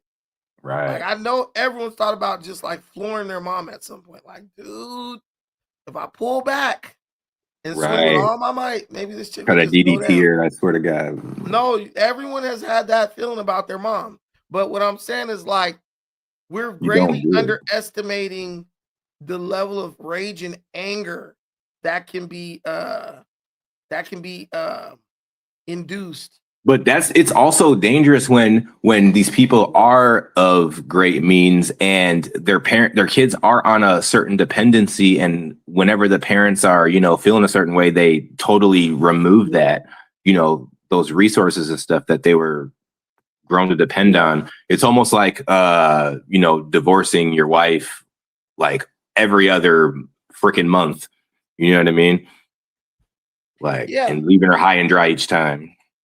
Yeah, it's just like, they're Hollywood, so their kids definitely are blaming them for a lot of their problems. And it's a lot to live up to, because most people are normal. Like, not everyone's gonna be who their parents are if their parents are in like the 1%. You know what I mean? Like, so that is like a recipe for depression and insecurity.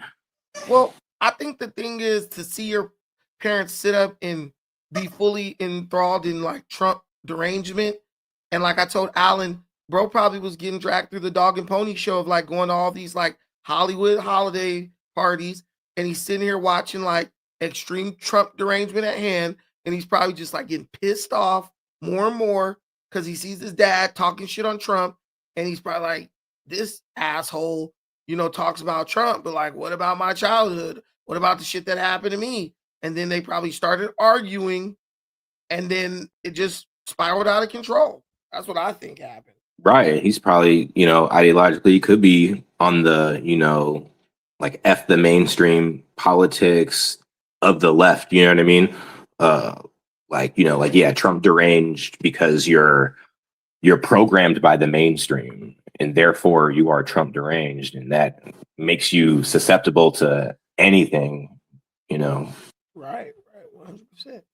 So they probably had some, and then you arguing at a party, like what kind of crazy things have you said to him to just, you know what I mean? Triggered, bro. But then the mom too, is she a sweet lady, or is she, Some people are saying that he probably was actually arguing with the mom, and the dad stepped in, and then he just like, Oh. Mm. I'm telling you, man, your mom will piss you off. Your mom will piss you off to the highest level of festivity, dude. Yeah, I mean, yeah, depending on the mom for sure, especially And towards the these, boy. yeah, and these celebrity like moms, they're just like they're also entitled as fuck. So like, they're coming with some straight daggers. They're coming with the fucking like gut punch. Straight But up broad. nah, for real. You have any final thoughts? I think I'm gonna end it here. 4 hours is Yeah, long. you probably want to do that.